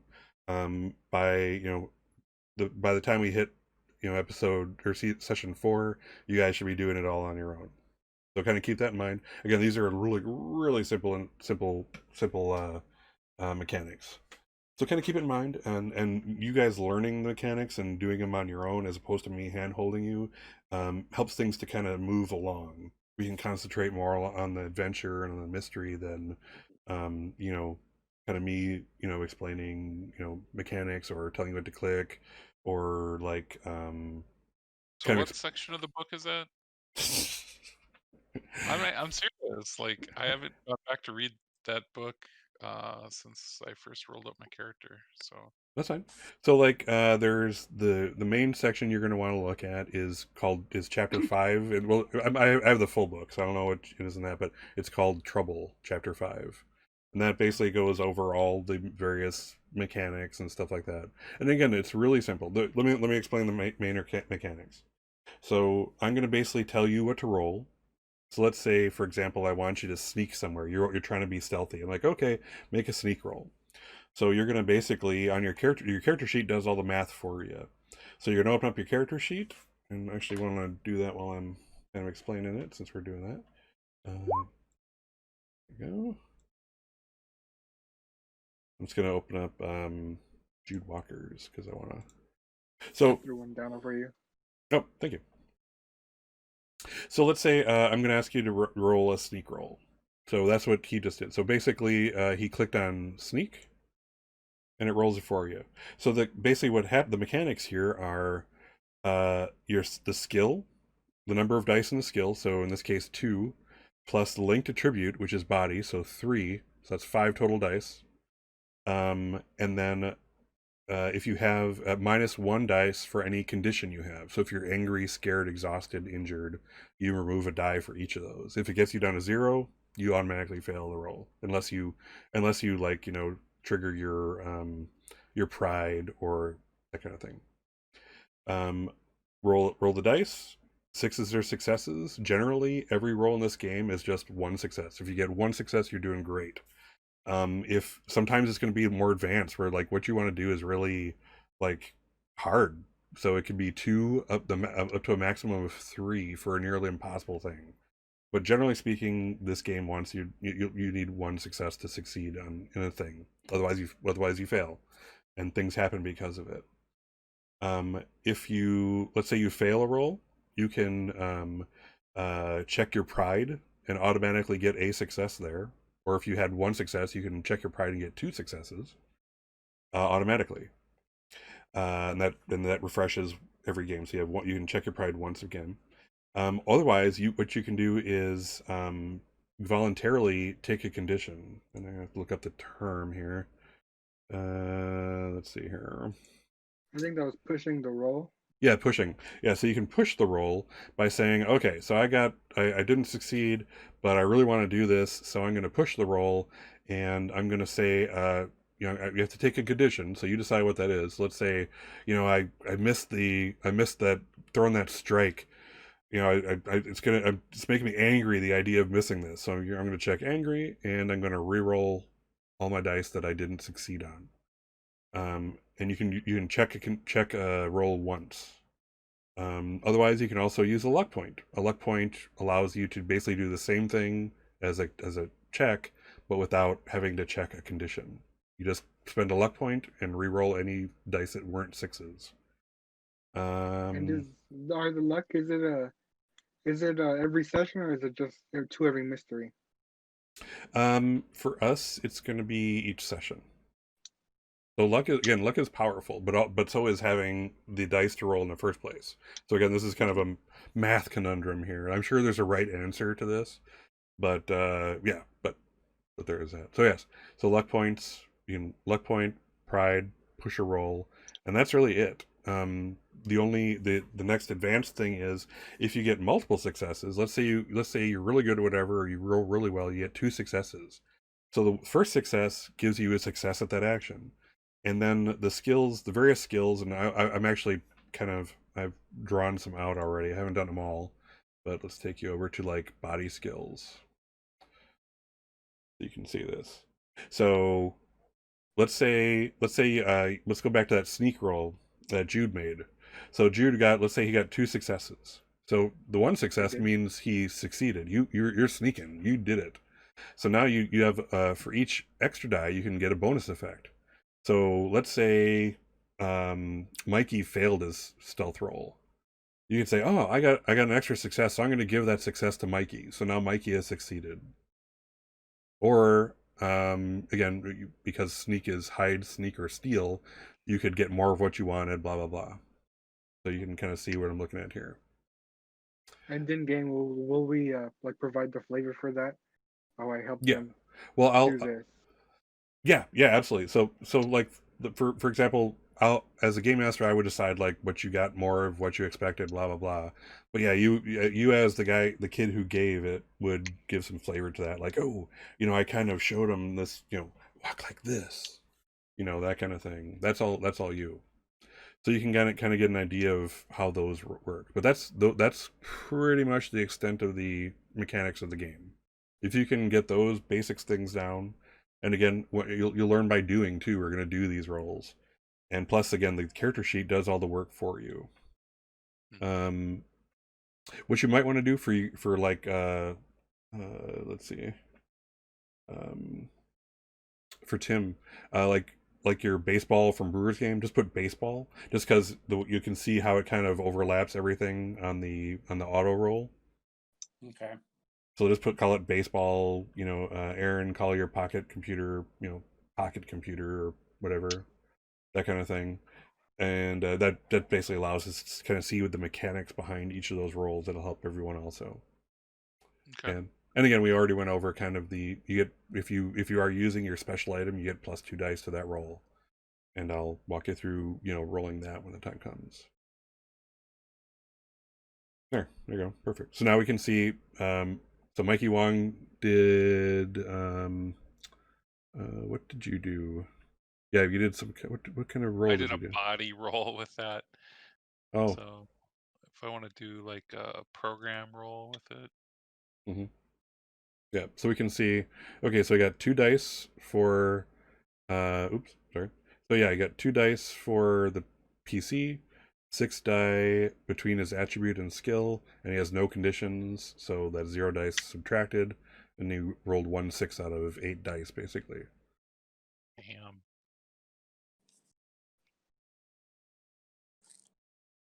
Oh man. This is really rough. It can be.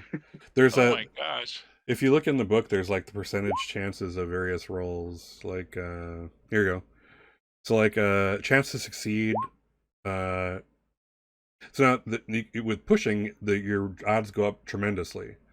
So like, for example, let's say you have 4 dice for something, 4 dice total. Your odds are of success, of 1 success, are 52%. However, if you push it, so let's say you fail and you roll again, now your odds are now a total of 74% that you'll actually succeed. Oh. So that kind of thing. So pushing is a decently important part of the mechanics here. So again, you And have, yeah, go ahead. what's the control to pushing? Like, why don't we just push all the time? So or not pushing, checking. So because you're basically, every time you do that, you have to check a condition. So you have to be angry Oh, or yeah. Okay. yeah. So that limits how much you can do that. Now your luck kind of sidesteps that. So again, the younger you are, the more luck you have, the more re-rolls you can do, Okay. et cetera, without having to check your attributes. So hopefully it gives you an idea. I'm actually And going to, that's why I'm 12. yeah, I'm actually going to show you another page. My plan is to do this for each of the skills, so we can, again, I can kind of, I want to give you training wheels, but I also want to give you the tools to kind of see what's going on. And plus, it's, again, as I told a bunch of you guys, one of the reasons I do these videos and streams is to, as a teaching aid for people new to various games. Whenever I'm into a new game, I watch actual plays myself to get a feel for it, and this is just me helping out in that same vein for other people. So I want to teach not only you guys but the viewers of my stream or the videos. So like you can see, Tinker, for example. Tinker, you can build things or manipulate things.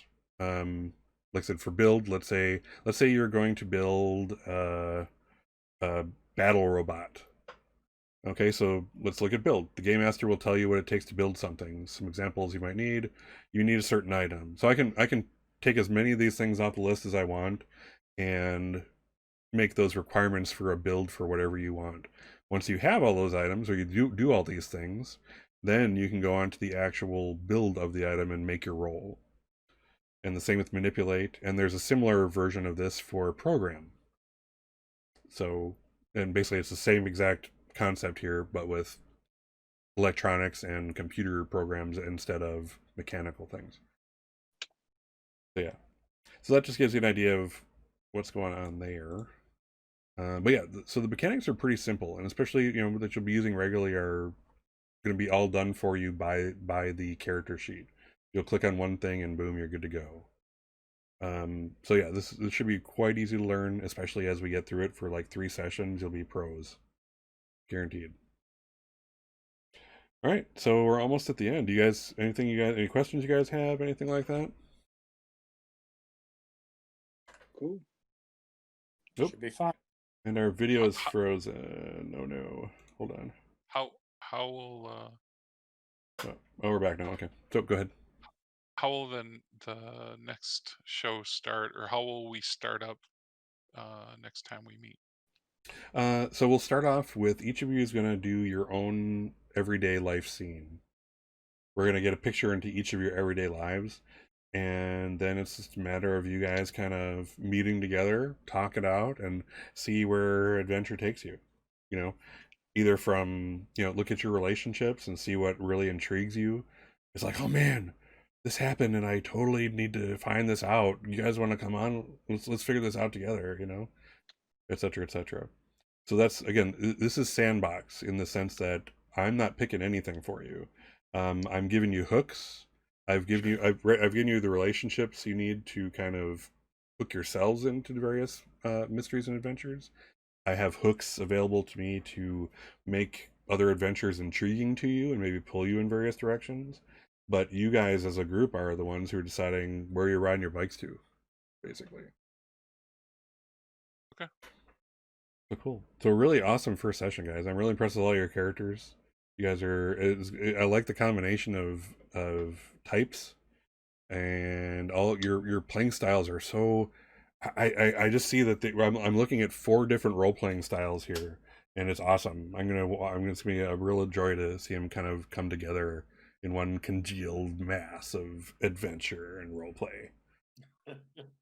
Gelatinous cubes. Gelatinous cube of role play. Yeah. All right, so we're about to Yeah. hit. Yeah, we're about to hit 10 o'clock, so I'm gonna say goodbye to my players here again.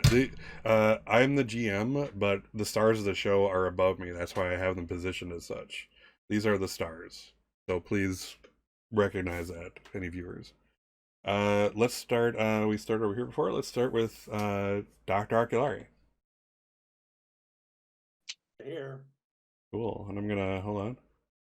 I always like to put up Doctor's stream banner. Also, Dr. Arculari streams on Twitch also, so check him out when you can.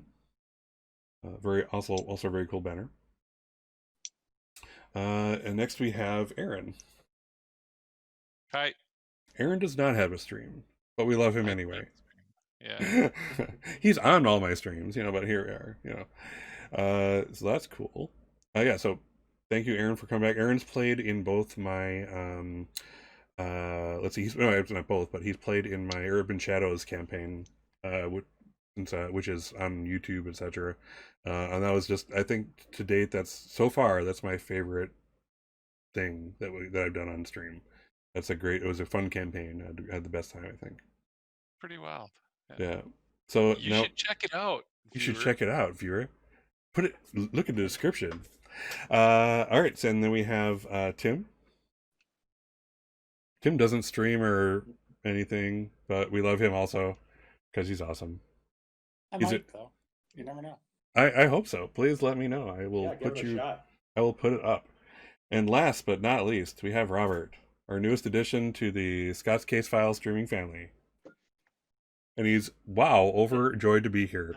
Truly, Always. truly amped and overjoyed. Attitude A+. So awesome. And thank you, Robert, for joining us. It's awesome. I'm glad to have you aboard. Thanks for So- having me. Absolutely. So again, I'm Scott of Scott's Case Files. If you're watching me on Twitch, all my links are below: the Twitters, the Discord, YouTube. If you're watching on YouTube, check the links below for various goodies, etc. And otherwise, thanks anyone for watching. I hope everybody had a good time. I'm really just very amped about this whole campaign. Again, watching you guys just in this one session is pretty fun. And I'm really interested to see how you guys all interact together as players and characters, and it's going to be really awesome. So I am looking forward to it. Hope you are too. And with that, Yes, sir. I bid you guys a fond farewell. Have a good night. See you next week. Same bat time, same bat channel. All right. All right. Adios. Adios. Bye for now. Bye.